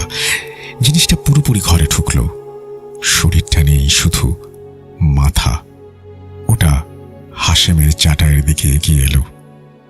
হাসেম চিৎকার করতে গেল, কিন্তু গলা দিয়ে এক ফোঁটা আওয়াজ বের হলো না। মনে হলো কেউ গলার ভেতর এক খাবলা বরফ ঢুকিয়ে দিয়েছে। ঠিক তখনই ঘরের 4 কোণা থেকে 6টা ছায়া একসাথে গর্জে উঠল। গর্জনের তেজ শুনে মনে হলো আসমান জমিন ফেটে যাবে। বাতাস এত ভারী হয়ে গেল যে হাসিম আলী তার বুকে একটা পাহাড়ের মতো চাপ অনুভব করল। হ্যারিকেনটা তপ করে নিভে গেল। নিকষ কালো অন্ধকার, আর সেই অন্ধকারে শুরু হলো ধস্তাধস্তি। হাসিম আলী 2 হাতে কান চেপে ধরল, তবুও ধস্তাধস্তির শব্দ থামে না। কতক্ষণ গেল? 1 মিনিট, 1 ঘন্টা, নাকি 1 বছর? কেউ জানে না। সময় যেন থমকে গেছে। এক সময় সব চুপ, একদম নিস্তব্ধতা। কয়েক সেকেন্ড পর হ্যারিকেনটা নিজে নিজেই তপ করে চলে উঠল। আলোটা কাঁপছে। হাসিম আলী চোখ মেলে তাকাতেই তার কলিজার পানি শুকিয়ে গেল। ঘরের মেঝেতে ছড়িয়ে আছে কুঁচকুঁচে কালো আঁশ। যেখানে যেখানে সেই কালো লালা পড়েছে, সেখানেই পুড়ে তৈরি হয়েছে ছোট ছোট গর্ত। দেয়ালে বাঁশের বেড়ায় 8-10টা গভীর আঁচড়, আর সামনেই 6টা ছায়া দাঁড়ানো, কিন্তু ওদের শরীরটা আগের মতোই, টান টান না, ক্লান্ত। ওদের মধ্যে সবচেয়ে লম্বা, সবচেয়ে ভারী ছায়াটি ধীরে ধীরে হাসিমের দিকে এগিয়ে এলো। আজ ফিরিয়ে দিলাম হাসিম, কিন্তু শুনে রাখ, ওরা আবার আসবে, প্রতি অমাবস্যায় আসবে। যতদিন তুই এই দুনিয়ার আলো বাতাস নিচ্ছিস, ততদিন। আর একটা কথা কান খুলে শুনে রাখ, আমরা 6 জন সবসময় এরকম থাকবো না। আমাদের শক্তিও ফুরায়, ক্ষয় হয়। যেদিন আমরা দুর্বল হব, সেদিন ওরা তোর। কথা শেষ হলো না, বাইরে থেকে ভেসে এলো মধুর আজানের ধ্বনি। সাথে সাথে ঘরের সেই পচা আষ্টে গন্ধটা যেন কেউ শুষে নিল। হ্যারিকেনের নীল আলো আবার হলদে হয়ে গেল। হাসিমের বুকের পাথরটা একটু নামলো, কিন্তু শান্তি নেই, কারণ তার জিনগুলো বলেছিল তাদেরও শক্তি ফুরায়, তারাও দুর্বল হয়। আর সেদিন, এরপর কেটে গেল আরো 5টা অমাবস্যা। প্রতি অমাবস্যায় একই ঘটনা ঘটে। 5 ওয়াক্ত নামাজ, তাহাজ্জুদ, কুরআন তেলাওয়াত হাসিম একদিনও বাদ দেয়নি। তবুও রাতে ঘুমোতে গেলে মনে হতো কেউ বুকের ওপর চেপে বসে আছে। হাসিম আলীর সাথে যে এরকম ভয়ানক ঘটনাগুলো প্রায় নিয়মিত ঘটছে, গ্রামের অনেকেই এই ব্যাপারে অবগত আছেন। বিশেষ করে গ্রামের ইমাম সাহেব, তিনি এই ব্যাপারটা নিয়ে একটু চিন্তিত ছিলেন। তিনি যথেষ্ট ধার্মিক একজন মানুষ, চেহারায় নুরানি আভা স্পষ্ট। তারপরে এলো এক অমাবস্যার রাত। ইমাম সাহেব আসরের পর হাসিমকে ডেকে বললেন, হাসিম, তোমার চোখের নিচে তো কালি পড়েছে, রাতে ঘুমাও না? হাসিম আর নিজেকে ধরে রাখতে পারল না, হাওমাও করে কেঁদে ফেলল। শুরু থেকে শেষ পর্যন্ত সব বলল। ইমাম সাহেব সব শুনে কিছুক্ষণ চুপ থাকলেন, তারপর হাসিমের মাথায় হাত রাখলেন। হাসিম, তুমি গুনাহ করেছ। লোভে পড়ে একটা জিনের বাচ্চাকে হত্যা করেছ, আর লাশ নিয়ে গিয়ে তাবিজ নষ্ট করেছ। কিন্তু আল্লাহর রহমতের দরজা বন্ধ হয় না। তওবা করো, মন থেকে মাফ চাও। হাসিম কাঁপা গলায় বলল, হুজুর, ওরা তো জিন, আমি কোথায় পাবো ওদের? ইমাম সাহেব বললেন, আজ রাত অমাবস্যার রাত, ওরা আসবে। আজ ওদের সামনে তুমি দাঁড়াবে, মাফ চাইবে। ইমাম সাহেব নিজের জুব্বার পকেট থেকে একটা তসবি বের করে হাসিমের হাতে দিলেন। এটা আমার দাদা হুজুরের তসবি, আজ এটা হাতে নিয়ে ওদের সামনে দাঁড়াও। রাত গভীর হয়েছে। হাসিম আলী নিজের ঘরের জায়নামাজে বসা, দরজা খোলা রাখলো ইচ্ছে করেই। 6টা ছায়া আজ কোনায় দাঁড়ানো, কিন্তু মাথা নিচু। ওরা জানে আজ শেষ ফয়সালা, হয় মরবে না হয় বাঁচবে। এমন সময় বাঁশঝাড়টা মরমর করে ভেঙে পড়ল। দরজা দিয়ে ঢুকলো সেই পচা গন্ধ, কালো অবয়ব। এবারও দুটো মাথা, বিশাল শোল মাছের মতো আঁশে ঢাকা। 6 জিন তাদের সামনে হিমশিম খাচ্ছিল। হাসেম তসবিটা শক্ত করে ধরল, চোখ বন্ধ করল না। এবার সোজা ওই জ্বলন্ত চোখের দিকে তাকালো। খাড়াও, আমার কথা শোনো। পুরো ঘর কেঁপে উঠল হাসেমের গলায়। হাসেম হাউমাউ করে কেঁদে ফেলল। আমি গুনাহগার, আমি লোভী, আমি তোমাকে বাচ্চারে কষ্ট দিচ্ছি, আমারে মাফ কইরা দাও। আল্লাহর ওয়াস্তে মাফ করো। জানি আমি মাফ পাওয়ার যোগ্য না, তবুও ভিক্ষা চাইতেছি। ঘরে পিনপতন, নিস্তব্ধতা, শুধু হাসেমের কান্নার শব্দ। 1 মিনিট গেল, 2 মিনিট গেল। তারপর একটি জিন ধীরে ধীরে এগিয়ে এলো। তার চোখের আগুনটা নিভে গেছে। মেয়ে জিনটা ফিসফিস করে বলল, এবার একটা গলায়, আমার বাচ্চাটা কি অপরাধ করেছিল? তুই যখন ওকে মারছিলি, সে আমাকে ডাকছিল মা বলে। হাসিম আলী কাঁদো কাঁদো গলায় বলল, শুনছি, সবই শুনছি। কিছুক্ষণের নীরবতা।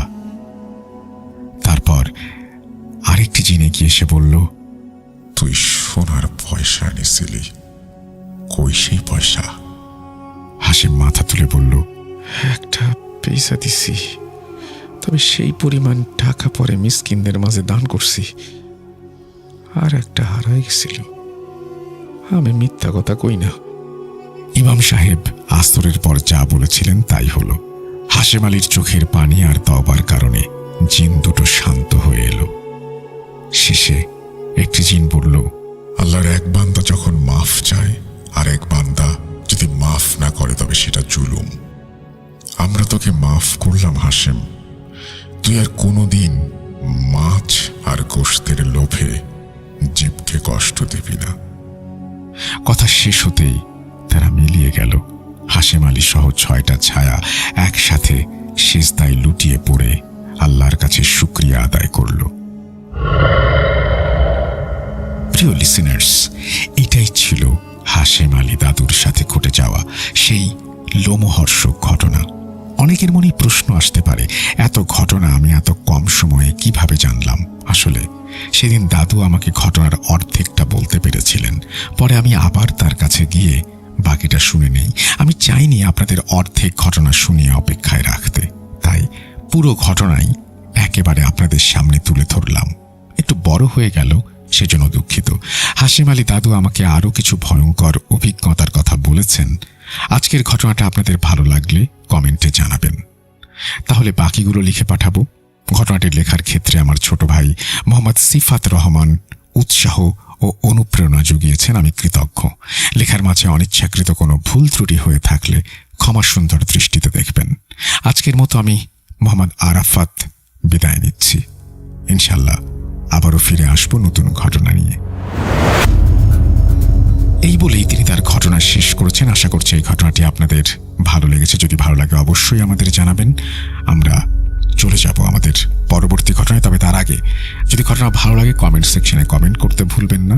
আমাদের একটা ওয়েবসাইট রয়েছে www.bhuth.com.bd, সেখানে ভিজিট করতে ভুলবেন না। চলে যাচ্ছি পরের ঘটনায়।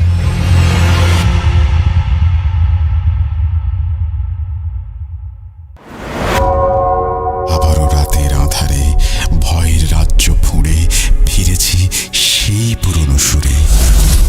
বিশ্বাস করা বা না করা আপনার ব্যাপার, বাট দ্য ওল্ড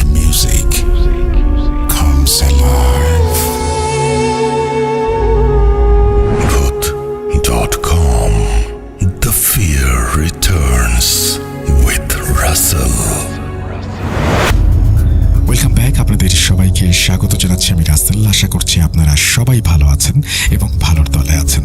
আমিও ভালো আছি আর ভালোর দলে আছি। নতুন একটা ঘটনায় যাব। এবার সরাসরি যাচ্ছি একটি অডিও ক্লিপে। আশা করছি প্রথম থেকে শেষ পর্যন্ত শুনবেন এবং ভালো লাগবে আপনাদের। চলুন শুরু করা যাক। আসসালামু আলাইকুম রাসেল ভাই, আশা করি ভালো আছেন। আমি পলাশ, আমি সিলেটের হবিগঞ্জ জেলার নবীগঞ্জ উপজেলার একজন বাসিন্দা। তো বর্তমানে আমি পড়াশোনার সুবাদে ইংল্যান্ডে অবস্থান করছি প্রায় 3.5 বছর ধরে। তো ভূত.com পাঠানো এটি আমার 3য় ঘটনা। আমি শুনছিলাম এখন আপনার একটা এপিসোড ভূত.com এর, হঠাৎ মনে পড়লো একটা ঘটনা শেয়ার করা যায়। তো ঘটনাটি এখানকারই লোকাল একটা জায়গার আমার সাথে ঘটেছে এবং আরো 2 জনের সাথে ঘটেছে, ঠিক একই ঘটনা একই জায়গায়। তো যেহেতু লিসেনার্সরা দেশের বাইরের ঘটনাগুলো পছন্দ করে, এজন্য আমি একটা ঘটনা পাঠানোর সিদ্ধান্ত নিলাম এখন। যাই হোক, তো ঘটনা চলে আসি। তো আমি ইংল্যান্ডের নর্থ ইস্টের নিউক্যাসল সিটিতে থাকি। তো ওখানে আমার পড়াশোনাকে সাপোর্ট করার জন্য, টিউশন ফি সাপোর্ট দেওয়ার জন্য এই কাজ করতে হয়, কারণ সব টাকা দেশ থেকে এনে এখানে পড়াশোনা করা সম্ভব নয় জন্য। তো কাজের মধ্যে আমি একটা পার্ট টাইম জব স্টার্ট করি, তা হচ্ছে ডেলিভারির কাজ। তো যেমনটি বলছিলাম, ঘটনাটি হচ্ছে গত সামারের জুলাই এর শুরুর দিকের হবে হয়তো। তো তখন আসলে ডেলিভারিতে এতটা বিজি ছিল না, অর্ডার কম আসতো, কারণ সামার টাইমে এদেশের মানুষ হলিডেতে চলে যায় ইউরোপে বা ক্যারিবিয়ান এই দেশগুলোতে। তো যেহেতু অর্ডার কম, একটা অর্ডার আসছে আমার তুলনামূলক অনেক দূর, কিন্তু অর্ডার পাচ্ছিলাম না অনেকক্ষণ ধরে, তাই অর্ডারটা ধরে নিলাম, যদিও অল্প টাকা ছিল তারপরে ধরে নিলাম। তো ফুড কালেক্ট করে যখন রাইড করা শুরু করলাম, গুগল ম্যাপস দিয়ে নেভিগেশন স্টার্ট করে বাইকে রাইড স্টার্ট করছি, তখন রাস্তা ফলো করে করে যাচ্ছি। আমার বাইকের সামনে একটা স্বল্প আলোর লাইট লাগানো ছিল,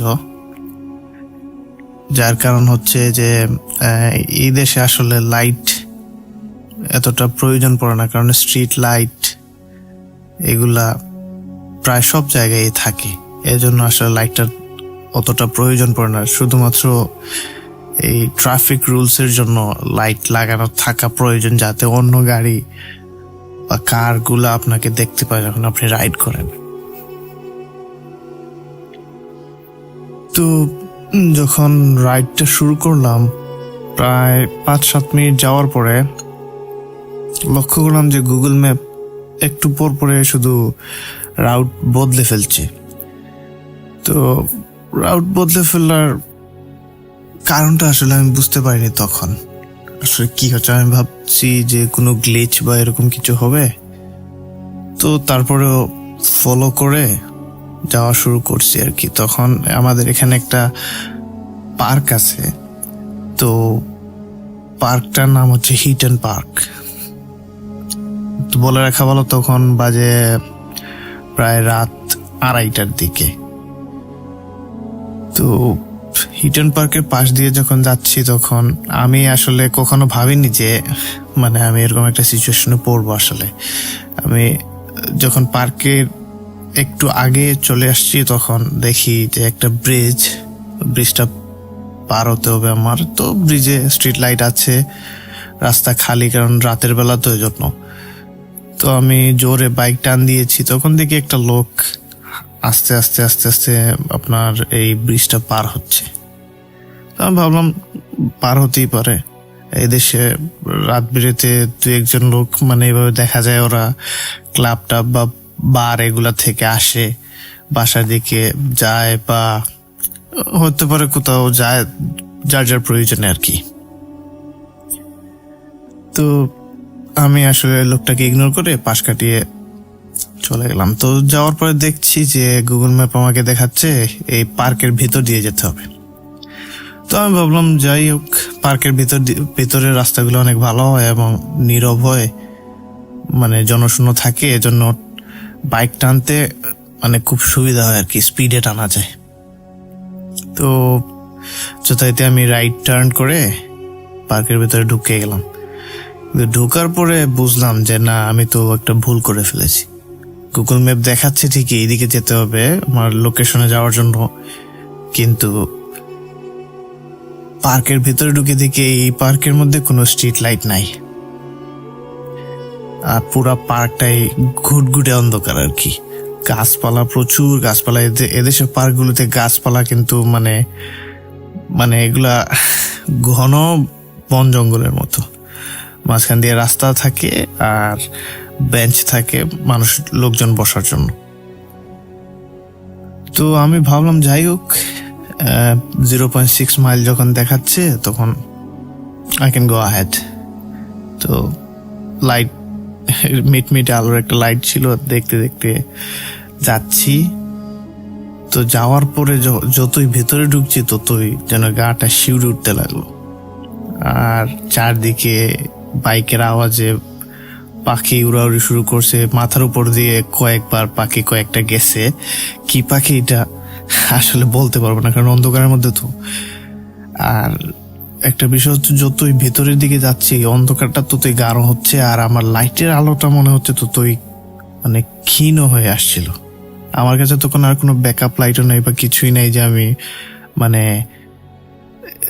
এই যে অন্য একটা লাইট জ্বালাবো বা এরকম কোনো মানে কিছু ছিল না আমার কাছে। আমি আসলে ভাবিনি যে আমাকে কখনো এই পরিস্থিতিতে পড়তে হবে, এতটা ভয় পাইছিলাম আর কি।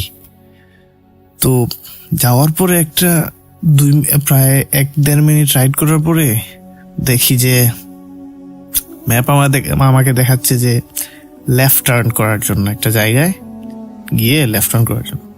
তো ওই জায়গায় গিয়ে যখন লেফট টার্ন করবো আমি দাঁড়াইছি, দাঁড়ানোর পরে দেখি ওইদিকে কোনো রাস্তাই নেই, মানে পুরা ঝোপ জঙ্গল, এর মধ্যে দিয়ে দেখাচ্ছে যে লেফট টার্ন করতে হবে। আসলে গুগল ম্যাপ কখনো এরকম করে না, যেদিকে রাস্তা নাই ওইদিকে মানে লেফট টার্ন বা টার্ন করার কথা, মানে টার্ন করার কোনো ডিরেকশন কখনোই দেয় না।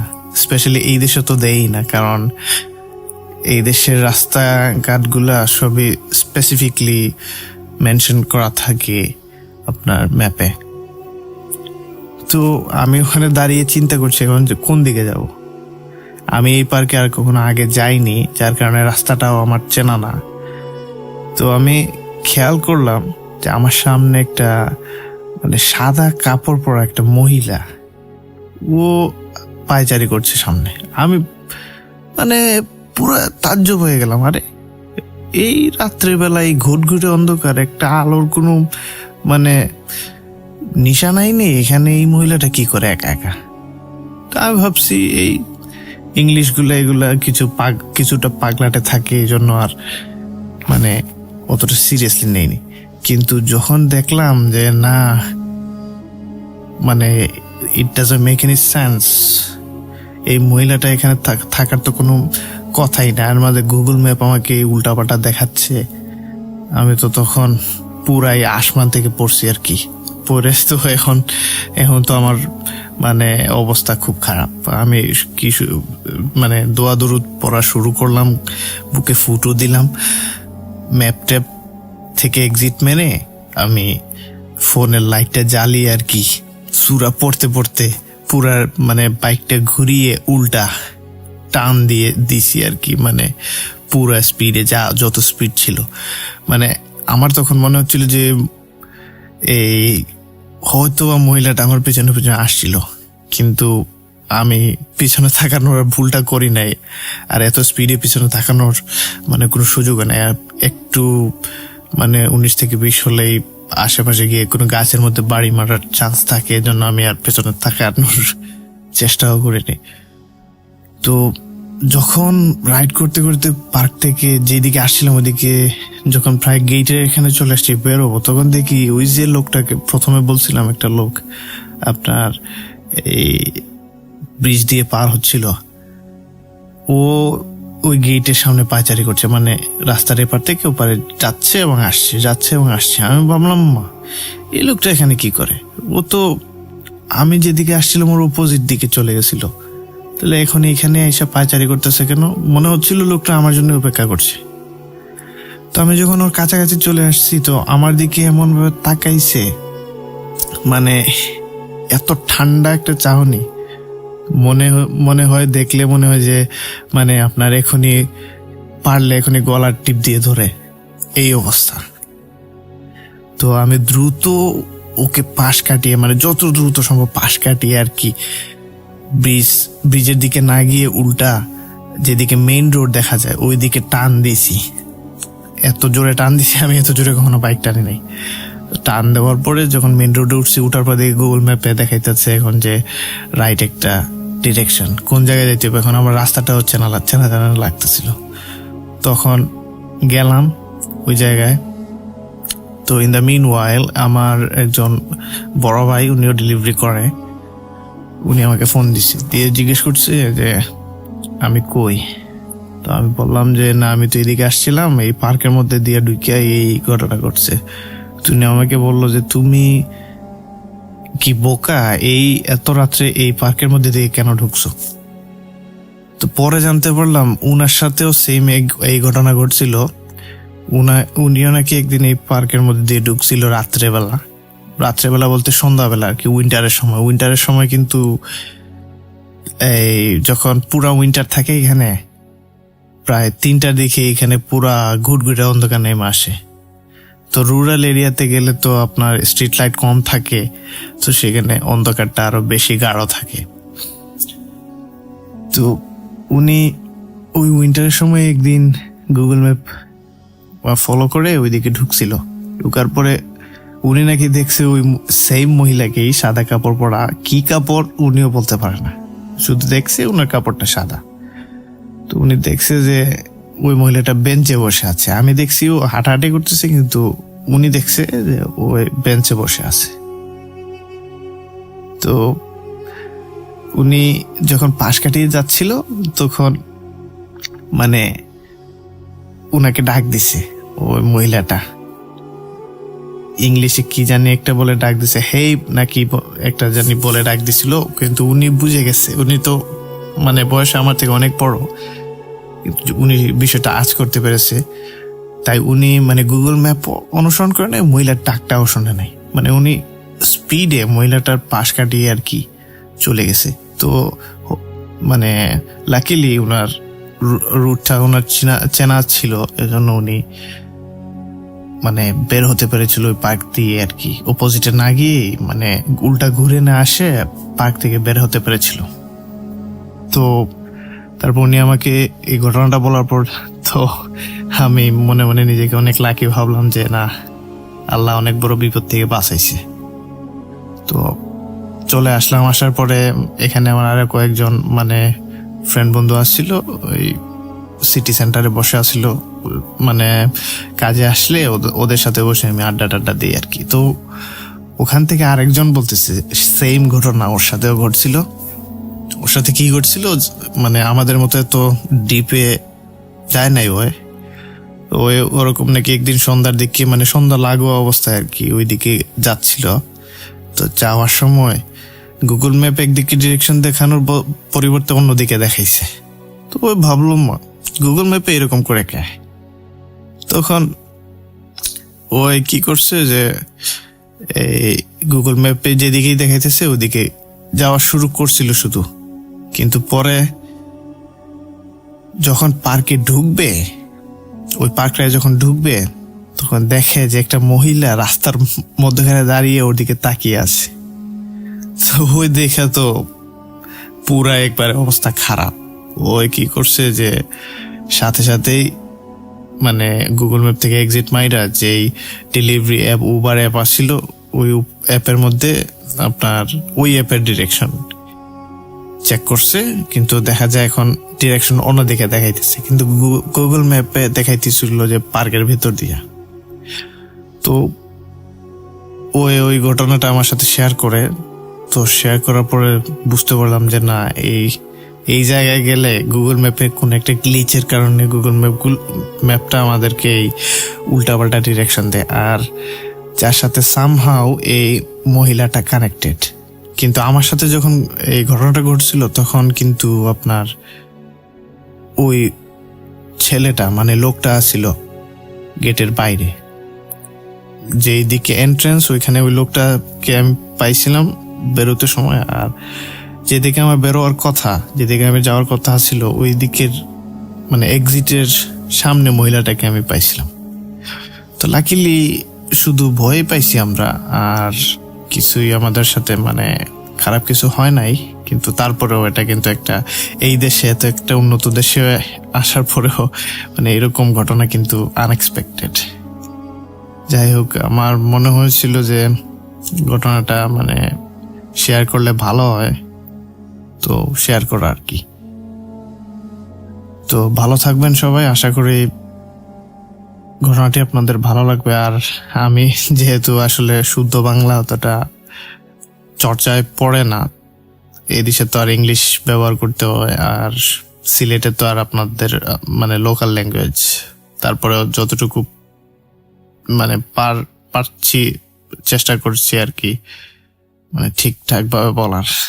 তো আশা করি ভুল ত্রুটিগুলা মানে ক্ষমা সুন্দর দৃষ্টিতে দেখবেন। ভালো থাকবেন রাসেল ভাই, ভালো থাকবেন লিসনার্স। আসসালামু আলাইকুম।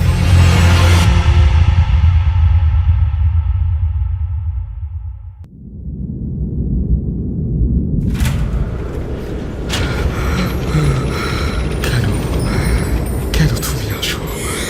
আমি শুধু তোমার সাথেই থাকতে চাই। কিভাবে সম্ভব? মৃতদের এই পৃথিবীতে থাকতে নেই। তুমি তুমি চলে যাও, চলে যাও, প্লিজ চলে যাও। সবটাই কি ইলুশন, নাকি অন্য জগতের কেউ কখনো হাজির হয়ে যায় চোখের পলকে? ভূত.com with Russell। আরও একবার আপনাদের সবাইকে স্বাগত জানাচ্ছি আমি রাসেল। যারা এখনো পর্যন্ত আমাদের ইউটিউব চ্যানেলটি সাবস্ক্রাইব করেননি, অনুগ্রহ করে সাবস্ক্রাইব করে নেবেন এবং অবশ্যই বেল আইকনটি ক্লিক করতে ভুলবেন না। আমরা চলে যাব আমাদের পরবর্তী ঘটনায়।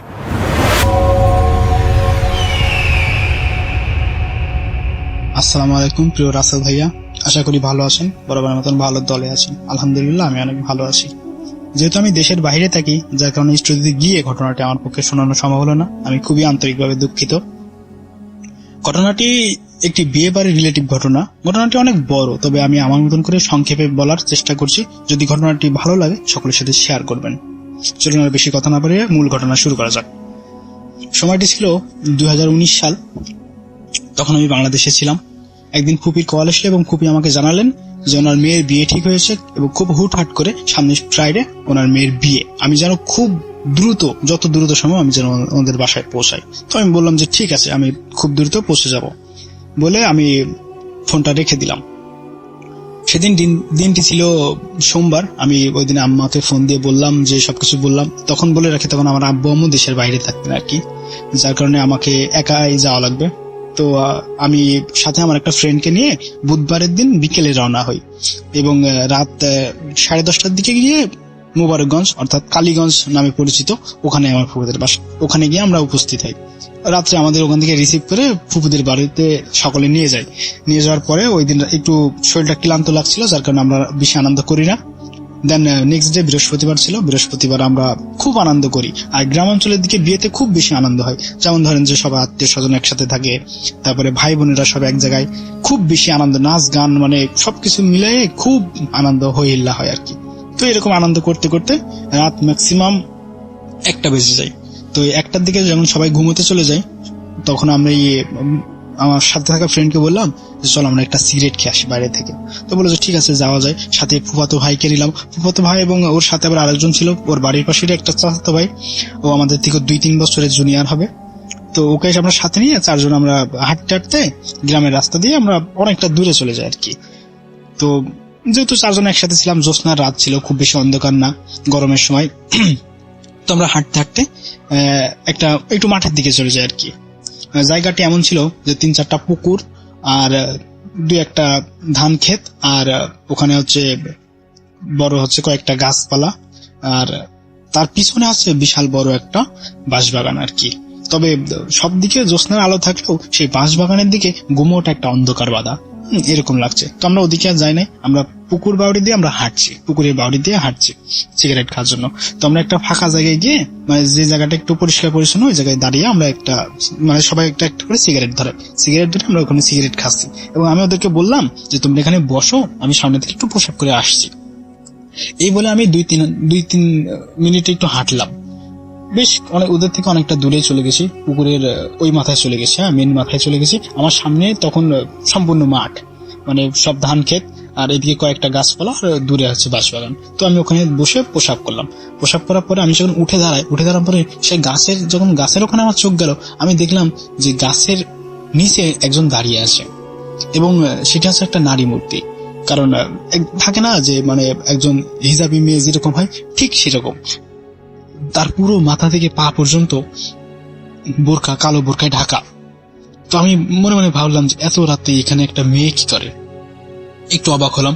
দেন আমি ভাবলাম যে হতে পারে, যাই হোক কোনো কিছু বেশি পাত্তা না দিয়ে তখন আমি ঘুরে চলে আসবো। এমন সময় আমি আবারও তাকিয়ে দেখলাম একটা জিনিস আমাকে অবাক করলো, যে আমি পুকুরের বাউরির উপরে, অর্থাৎ পুকুরের চারিদিকে মাটি দিয়ে 2-3 হাত উঁচা করা, আমি পুকুরের সেই মাটির উপরে দাঁড়িয়ে আছি, অর্থাৎ অনেকটা উঁচা।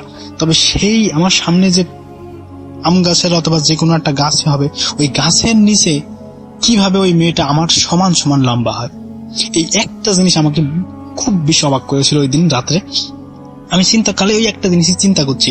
আপনি নিজে একটু ভাবেন রাসেল ভাই, যে আপনি একটা পুকুরের উপরে দাঁড়িয়ে আছেন, পুকুরের একটা বাউরির উপরে, অর্থাৎ সে মাটির উপরে দাঁড়িয়ে আছেন, যেটা ম্যাক্সিমাম 2-3 হাত উঁচা করা। আর কোন একটা মানুষ যদি নিচে থাকে, সেই মানুষটা যদি আপনার সমান সমান লম্বা হয়, তাহলে আপনার খটকা লাগবে না সেই মানুষটা ঠিক কতটা পরিমাণ লম্বা? ঠিক সেম ওইভাবে আমারও একটু খটকা লাগছিল। তখন আমি ওদেরকে একটু জোরে ডাকলাম, হ্যাঁ মানে একটু জোরে উচ্চ স্বরে ওদেরকে ডাকলাম। ওরা আমার কাছে আসলো, আসার পরে বললো কি হয়েছে? আমি বললাম যে আচ্ছা, ওই যে একটা গাছের নিচে কিছু একটা আছে, ওইটা কি শুধু আমি একা দেখতে পাচ্ছি নাকি তোমরা দেখতে পাচ্ছ? ওরা ভালো করে তাকিয়ে বলে যে না ভাই, আমরা দেখতে পাচ্ছি জিনিসটা, আসলে জিনিসটা কি। এভাবে আমরা প্রায় 2-3 মিনিট ওইটার দিকে তাকিয়ে থাকি, হ্যাঁ, কিন্তু ওই জিনিসটা কোনো মুভও করছে না, ওই একইভাবে দাঁড়িয়ে আছে।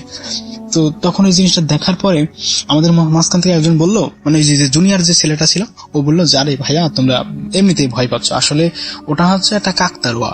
অনেক সময় ভুট্টা ক্ষেত অথবা কোনো ক্ষেতে ওই জিনিসটা দেওয়া থাকে, যার কারণে কোনো পাখি এসে যেন ফসল নষ্ট না করতে পারে, যার কারণে কাকতাড়ুয়া লাগানো থাকে। তো আমরা সেই সময় একটু নর্মালি নিয়ে বললাম যে ও আচ্ছা, তার মানে এটা হচ্ছে একটা কাকতাড়ুয়া, আমরা এটা দেখে এমনিতেই ভয় পাচ্ছি। এই বলে আমরা এটা আবার একটু হাঁটাহাঁটি করে সিগারেট খাচ্ছিলাম। তো এমন একটা সময় আমার আবারও চোখ যায় ওইটার দিকে। এমন সময় আমি দেখলাম যে এতক্ষণ দেখলাম সে গাছের নিচে ছিল, আর এখন দেখি গাছ থেকে মিনিমাম 10 থেকে 12 হাত আগায় আসছে এরকম। তো আমি এই জিনিসটা দেখে একটু অবাক হয়ে দেখে বললাম, আচ্ছা তোমরা যে বললে যে এটা কাকতাড়ুয়া, তাহলে জিনিসটা মুভ করলো কিভাবে? এটা তো কাকতাড়ুয়া না, তোমরা ভালো করে খেয়াল করে দেখো। তখন দেখলাম যে গাছের নিচে, এখন দেখছি গাছের সামনে, এটা কিভাবে সম্ভব? তখন এই জিনিসটা দেখে আমরা সবাই রীতিমতো মানে ভয় পেয়ে গেছি। সেই জুনিয়র সেই ছেলেটা বললো যে ভাইয়া, আমি আব্বুর মুখে শুনছিলাম যে জায়গাটা নাকি ভালো না, চলো আমরা এখান থেকে চলে যাই, আমার কেমন জানি ভয় ভয় করছে। যখন চলে যাওয়ার কথাটা ওঠে না, তখন সেই নারী মূর্তির চোখটা আগুনের মতন জল করে ওঠে। একদম মনে হচ্ছে যে আগুন যেমন জ্বলন্ত লাভা হয় না, সেই জ্বলন্ত লাভার মতন চোখ দুটা জ্বলছে আর কি। তো এটা দেখার পরে তো আমরা তো ভয়ে তো মানে পুরো শিউরে উঠেছি। তো প্রথম দিকে যেহেতু আমাদের যে জুনিয়র যে ছেলেটা ছিল, ও বললো যে আমি এখানে আর এক মুহূর্ত নাই, এটা বলে মানে দৌড় দিছে আর কি বাড়ির দিকে। ওর দেখা দেখি আমার যে ফুফাতো ভাই, ও দৌড় দিছে, আর ফুফাতো ভাই দেখা দেখি আমার সাথে থাকা যে ফ্রেন্ডটা, ও দৌড় দিছে। এখন ওর দৌড় দেখে তো আমি তো দাঁড়ায় থাকতে পারবো না, আমিও দৌড় দিছি। 4 জন আমরা পুকুর বাড়ি দিয়ে দৌড়াচ্ছি। দৌড়াতে দৌড়াতে আমি যেহেতু সবার পিছনে ছিলাম, আমি হোঁচট খেয়ে পড়ে গেছিলাম। পড়ে গিয়ে আমার পায়ে অনেক ব্যথা পাইছিলাম, আর আমি ওদেরকে ডাকতেও পারছিলাম না। ওরা ওদের মতো চলে যায়, ওরা তো কোনো জিনিস অবজার্ভ করে না যে আমি পিছনে পড়ে গেছি, ওরা ওদের মতন দৌড়াতে দৌড়াতে চলে গেছে। এমন সময় আমি মানে ভয়ে পিছনের দিকে তাকাই, দেখি সেই নারী মূর্তিটা মানে একটা কুকুরে পরিণত হয়ে গেল আর কি। মানে এমন ভাবে কুকুরে পরিণত হয়ে গেল যে আমি মনে মনে ভাবলাম যে এতক্ষণ দেখছিলাম যে দাঁড়ায় আছে, এখন দেখি কুকুর। মানে আমি তো আরো বেশি ভয় পেয়ে গেলাম। ভয় পাওয়ার পরে সেই কুকুরটা মানে এত পরিমাণ অস্বাভাবিক রাসেল ভাই, লম্বা হবে মিনিমাম, মনে করেন যে একটা কুকুর যেরকম হয় স্বাভাবিক সেরকম না, তার থেকে বেশি লম্বা। আর তার জিহ্বাটা মিনিমাম মনে করেন 1 হাত ঝুলছে, আর চোখ দুইটা মনে করেন জল জল করছে, আর দাঁত গুলো অস্বাভাবিক দাঁত। মানে এত ভয়ঙ্কর কুকুর, মানে কোনোদিন স্বাভাবিক কুকুর হতেই পারে না।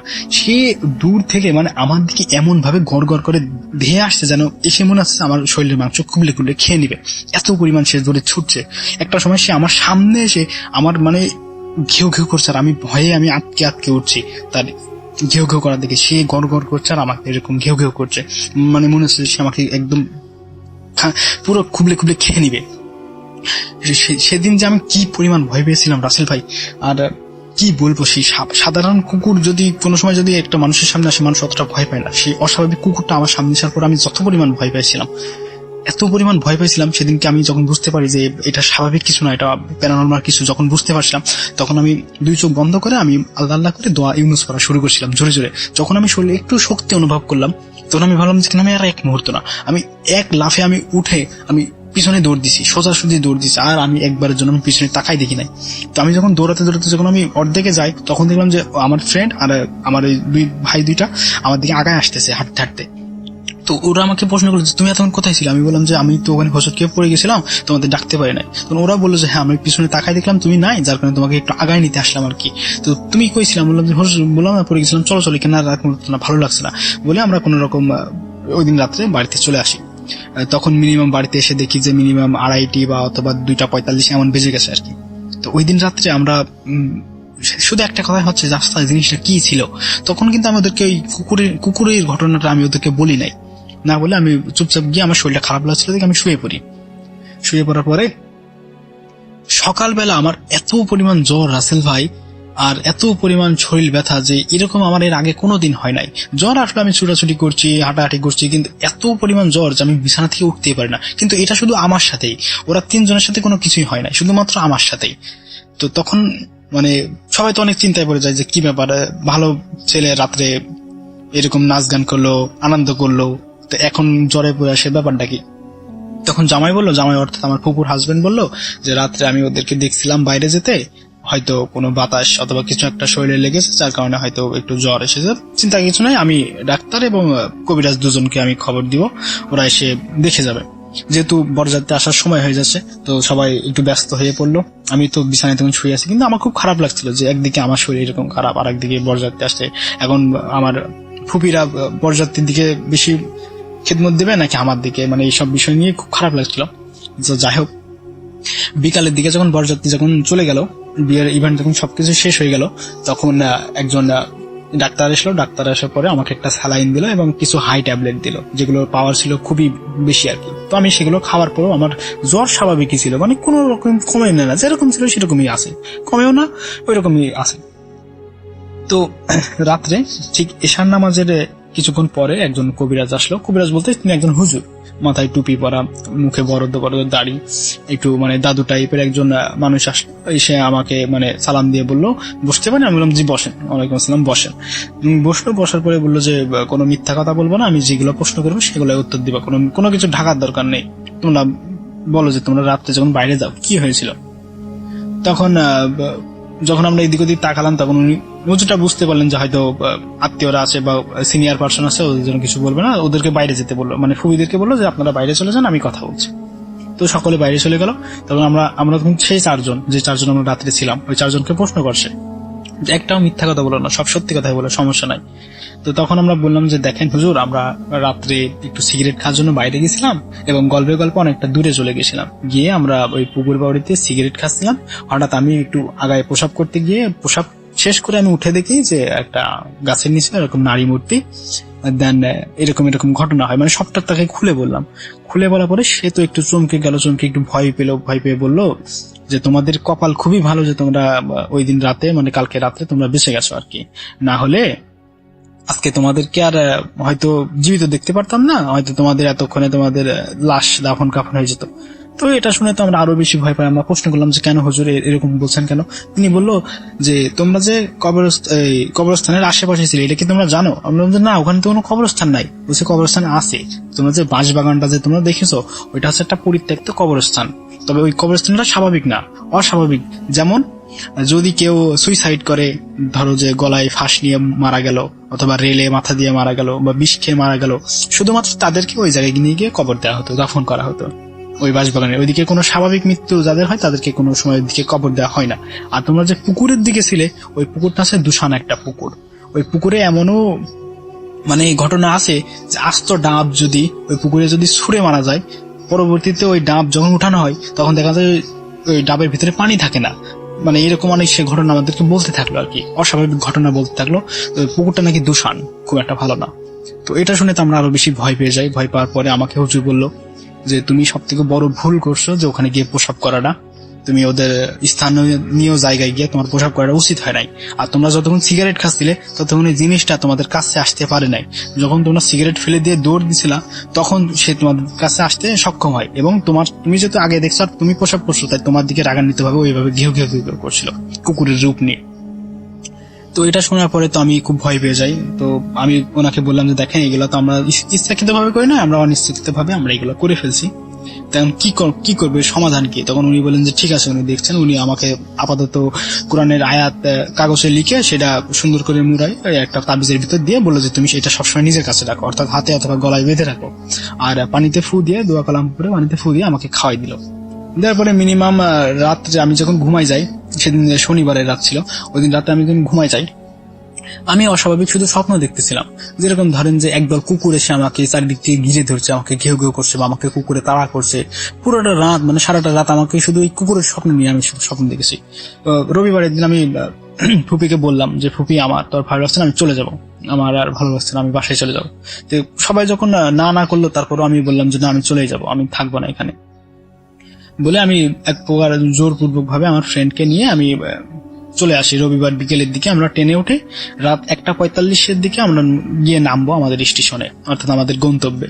তো আমরা যখন মুবারকগঞ্জ থেকে যখন আমরা বিকেলের দিকে ট্রেনে উঠি, তো আমাদের আস্তে আস্তে ট্রেন অনেক লেটে ছিল, যার কারণে আসতে লেট হয়ে যায়। তবে এর মাঝে আমরা যখন মাঝপথে ছিলাম, আমি জানলার পাশে ছিলাম আর আমার ফ্রেন্ড পাশে ছিল, ও ঘুমাচ্ছিল। হ্যাঁ, আমার কাঁধে মাথা রেখে ও ঘুমাচ্ছিল আর কি। ওই সময় আমি যখন জানলা দিয়ে বারবার বাইরে তাকাচ্ছিলাম, আমি দেখলাম যে একটা কুকুর মানে ট্রেনের সাথে ছুটছে আর কি। মানে এত পরিমাণ গতিতে ছুটছে যে একটা সাধারণ কুকুর অত পরিমাণ গতিতে ছোটাটা সম্ভব না। আমি বারবার শুধু বাইরে তাকাচ্ছি। তবে একটা জিনিস দেখছি যে সেই কুকুরটা না সামনে কোনো কিছুই মানছে না। যেমন ধরেন যে ওখানে পুকুর ছিল, গাছপালা ছিল, ঝোপঝাপ ছিল, তারপরে আপনার হচ্ছে পানির বরফ ছিল, কোনো কিছু সেই কুকুরটা না মানছে না, সবকিছু ভেদ করে ট্রেনের সাথে সাথেই ছুটছে। তো আমি বারবার শুধু বাইরে তাকিয়ে তাকিয়ে দেখছি। আমার সামনে একজন আন্টি ছিলেন, উনি আমাকে বললেন যে বাবা, কি ব্যাপার, তুমি ট্রেনের বাইরে জানলা দিয়ে কি দেখছো বারবার এরকম?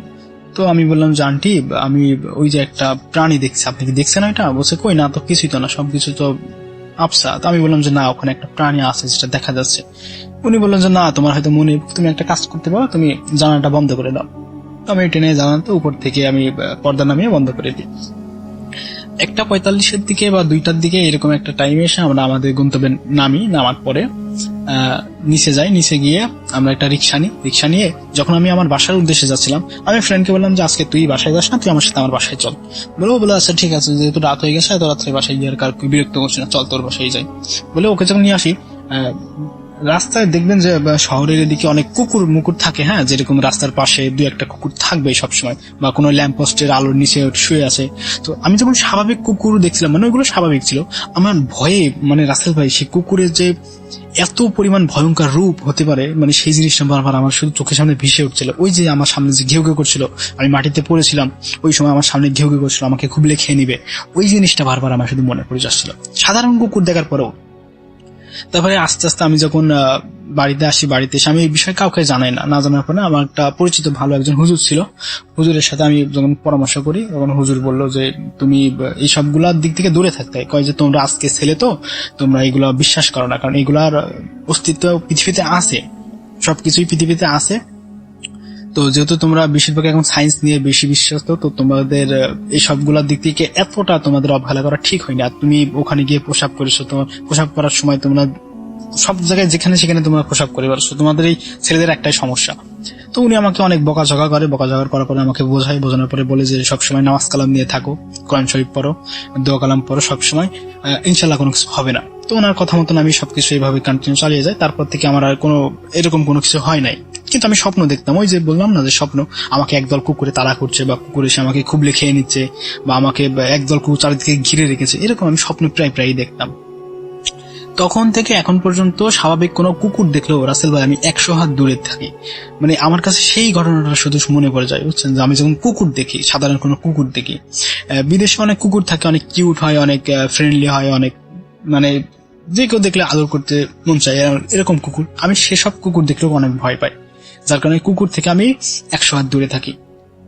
যাই হোক, এই ছিল মূল ঘটনা, অনেকটা লং ঘটনা হয়ে গেল। আমার কথার মধ্যে যদি কোনো ভুল ত্রুটি থাকে সকলে ক্ষমা সুন্দর দৃষ্টিতে দেখবেন। রাসেল ভাই আসসালামু আলাইকুম। আশা করবো সবসময় ভালো থাকবেন, ভালো দলেই থাকবেন। মোস্ট ইম্পর্টেন্ট সকলে ভূত.com এর সাথেই থাকবেন। আজকের মতন আমি এখানেই শেষ করলাম। আল্লাহ হাফেজ, সকলে অনেক ভালো থাকবেন। আসসালামু আলাইকুম।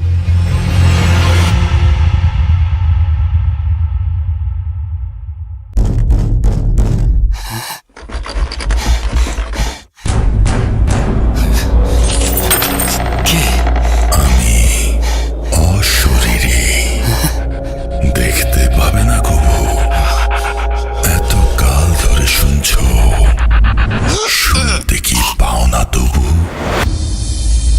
ভূত.com, The Fear Returns with Russell।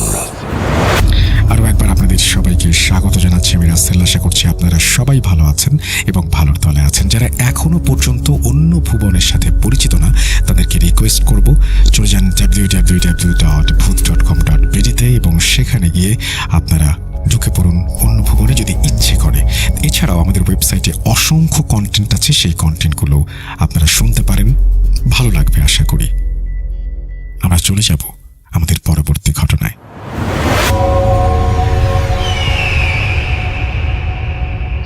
আসসালামু আলাইকুম রাসেল ভাই ও প্রিয় লিসেনার্স, আমি জানি আপনারা সবাই ভালোই আছেন, ভালোর দলেই আছেন।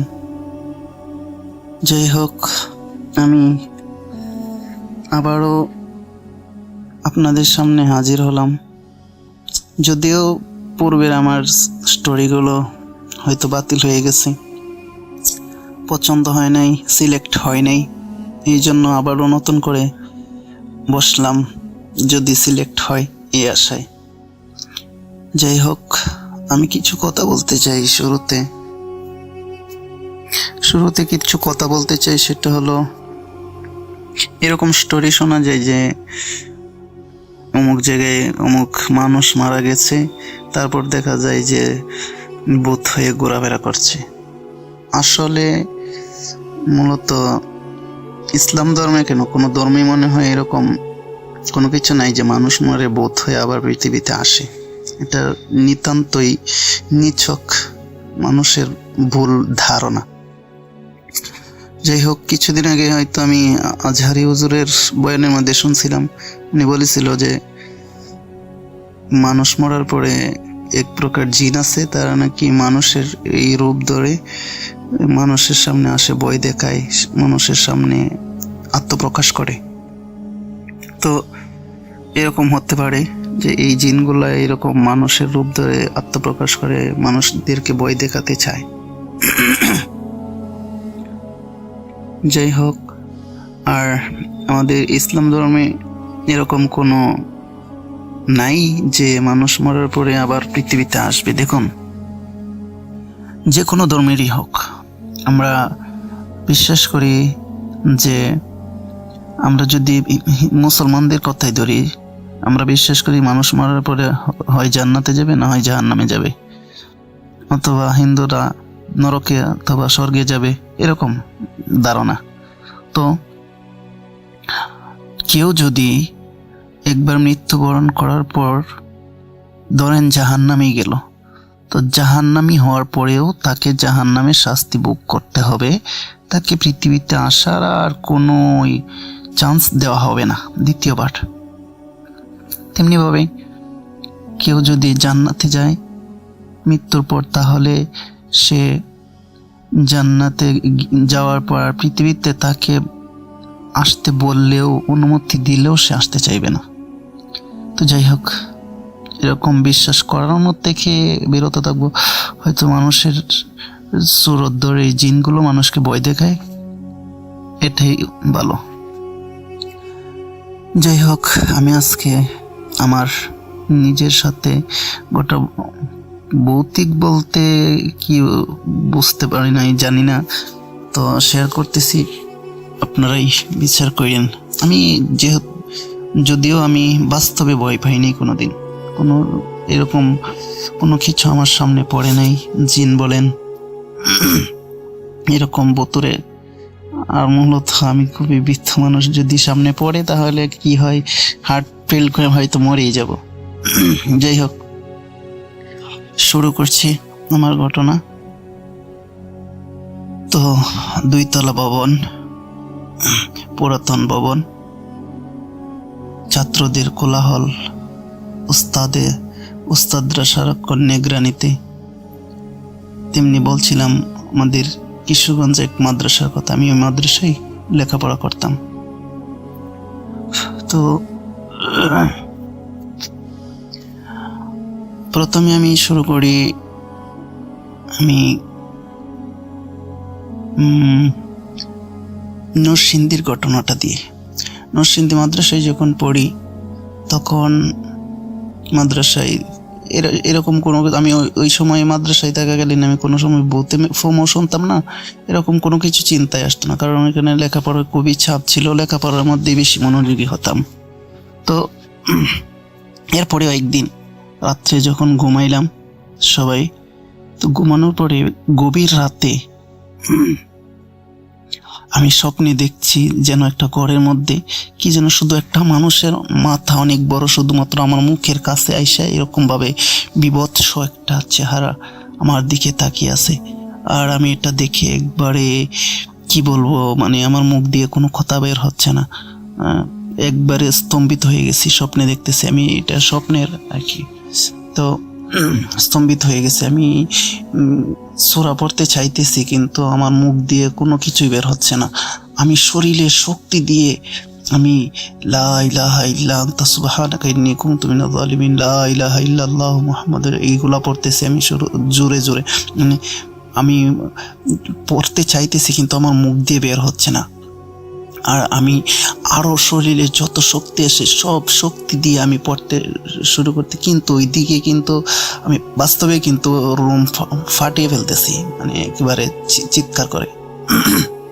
তো আমার পাশে থাকা এক ছাত্র ছিল, সে আমাকে ধরে ধাক্কা দিল। ধাক্কা দেওয়ার পরে আমি সজাগ হলাম। সজাগ হয়ে জিগাইতেছে, তারা জিজ্ঞেস করলো যে কি হয়েছে কি হয়েছে। আমি বললাম না কিছু না, এই যে বলে আবার ঘুমিয়ে পড়লাম।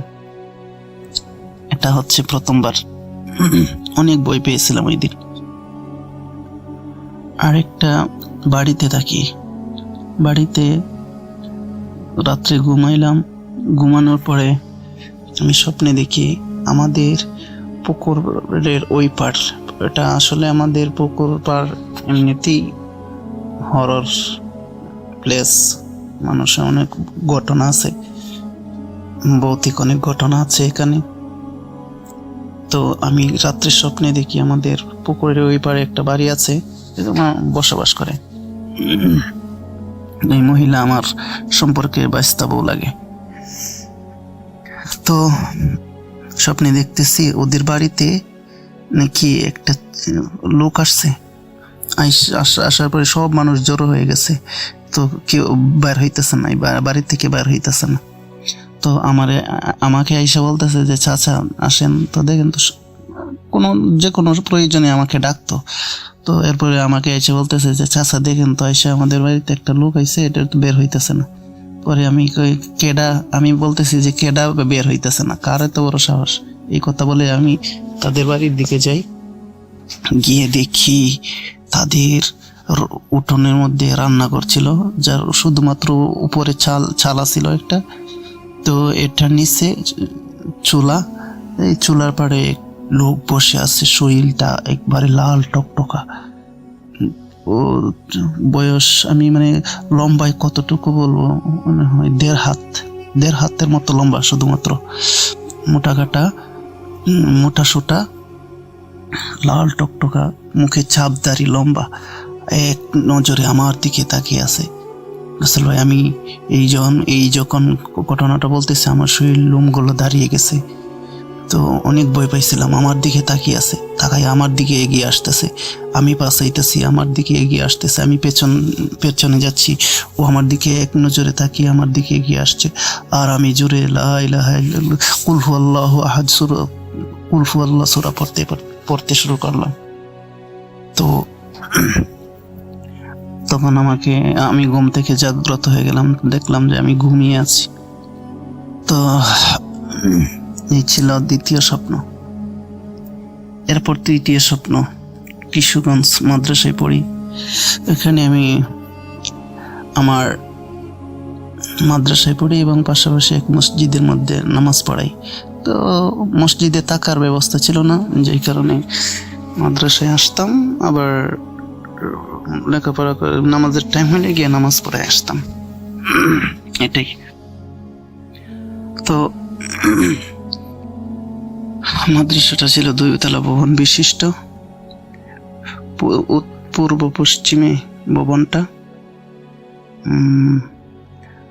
পশ্চিম পাশে মাদ্রাসার মসজিদ, পেছনে বড় পুকুর। তো ছাত্র মোটামুটি ছিল 400-500 মতো ছাত্র ছিল। তো আমরা থাকতাম 2 তলায় সিঁড়ির পাশের রুমে। তো রাসেল ভাই, আমি রাত্রে ঘুমাইলাম, ঘুমানোর পরে স্বপ্নে দেখতেছি যে কোনো কিছুই দেখি না, শুধুমাত্র একটা বিড়াল আমার দিকে আসতেছে, শুধু আমার দিকে তাকিয়ে আসতেছে, আর আমি ভয়ে পেছনে যাইতেছি, আর ওটা আমার দিকে আসতেছে। এই অবস্থায় আমি খুবই ভয় পাইলাম রাসেল ভাই, কি বলবো। মানে বিড়ালটা ছিল মেট্টো রঙের, মানে মাটির যে রং, এই রঙের বিড়ালটা ছিল, কালো না বা সাদাও না, মাটির রঙের। তো ওই আমার দিকে আসতেছে, আর আমি জোরে জোরে জোরে কি জানি পড়তেছি। আর তখন আমার পাশে যে ছিল সে আমাকে জাগিয়ে দিল। তখন আমি ঘুম থেকে জাগ্রত হইলাম। জাগ্রত হওয়ার পর কিছুক্ষণ পর ফজরের আজান হলো। আজানের সময় উঠলাম, উঠে ওযু ইস্তেঞ্জা করে সাইকেল নিলাম, মসজিদ থেকে একটা সাইকেল দিয়েছিল, সাইকেল নিলাম। সাইকেল দিয়ে আমি যাচ্ছি মসজিদের দিকে, ফজরের নামাজ পড়াবো। তো আবছা অন্ধকার, খুব বেশি অন্ধকার যে তা না, আবছা অন্ধকার, একবারে যে ফর্সা হয়ে গেছে এমনও না। তো রাস্তা দিয়ে আমি যাচ্ছি, একবারে শুনশান নীরবতা, কোনো কিছু নেই। আবার আমার মনের মধ্যে কোনো বইও নেই। সব সময় আমি যাওয়া আসা করি, দিন 10 বার যাওয়া আসা করি, কোনো বই নেই।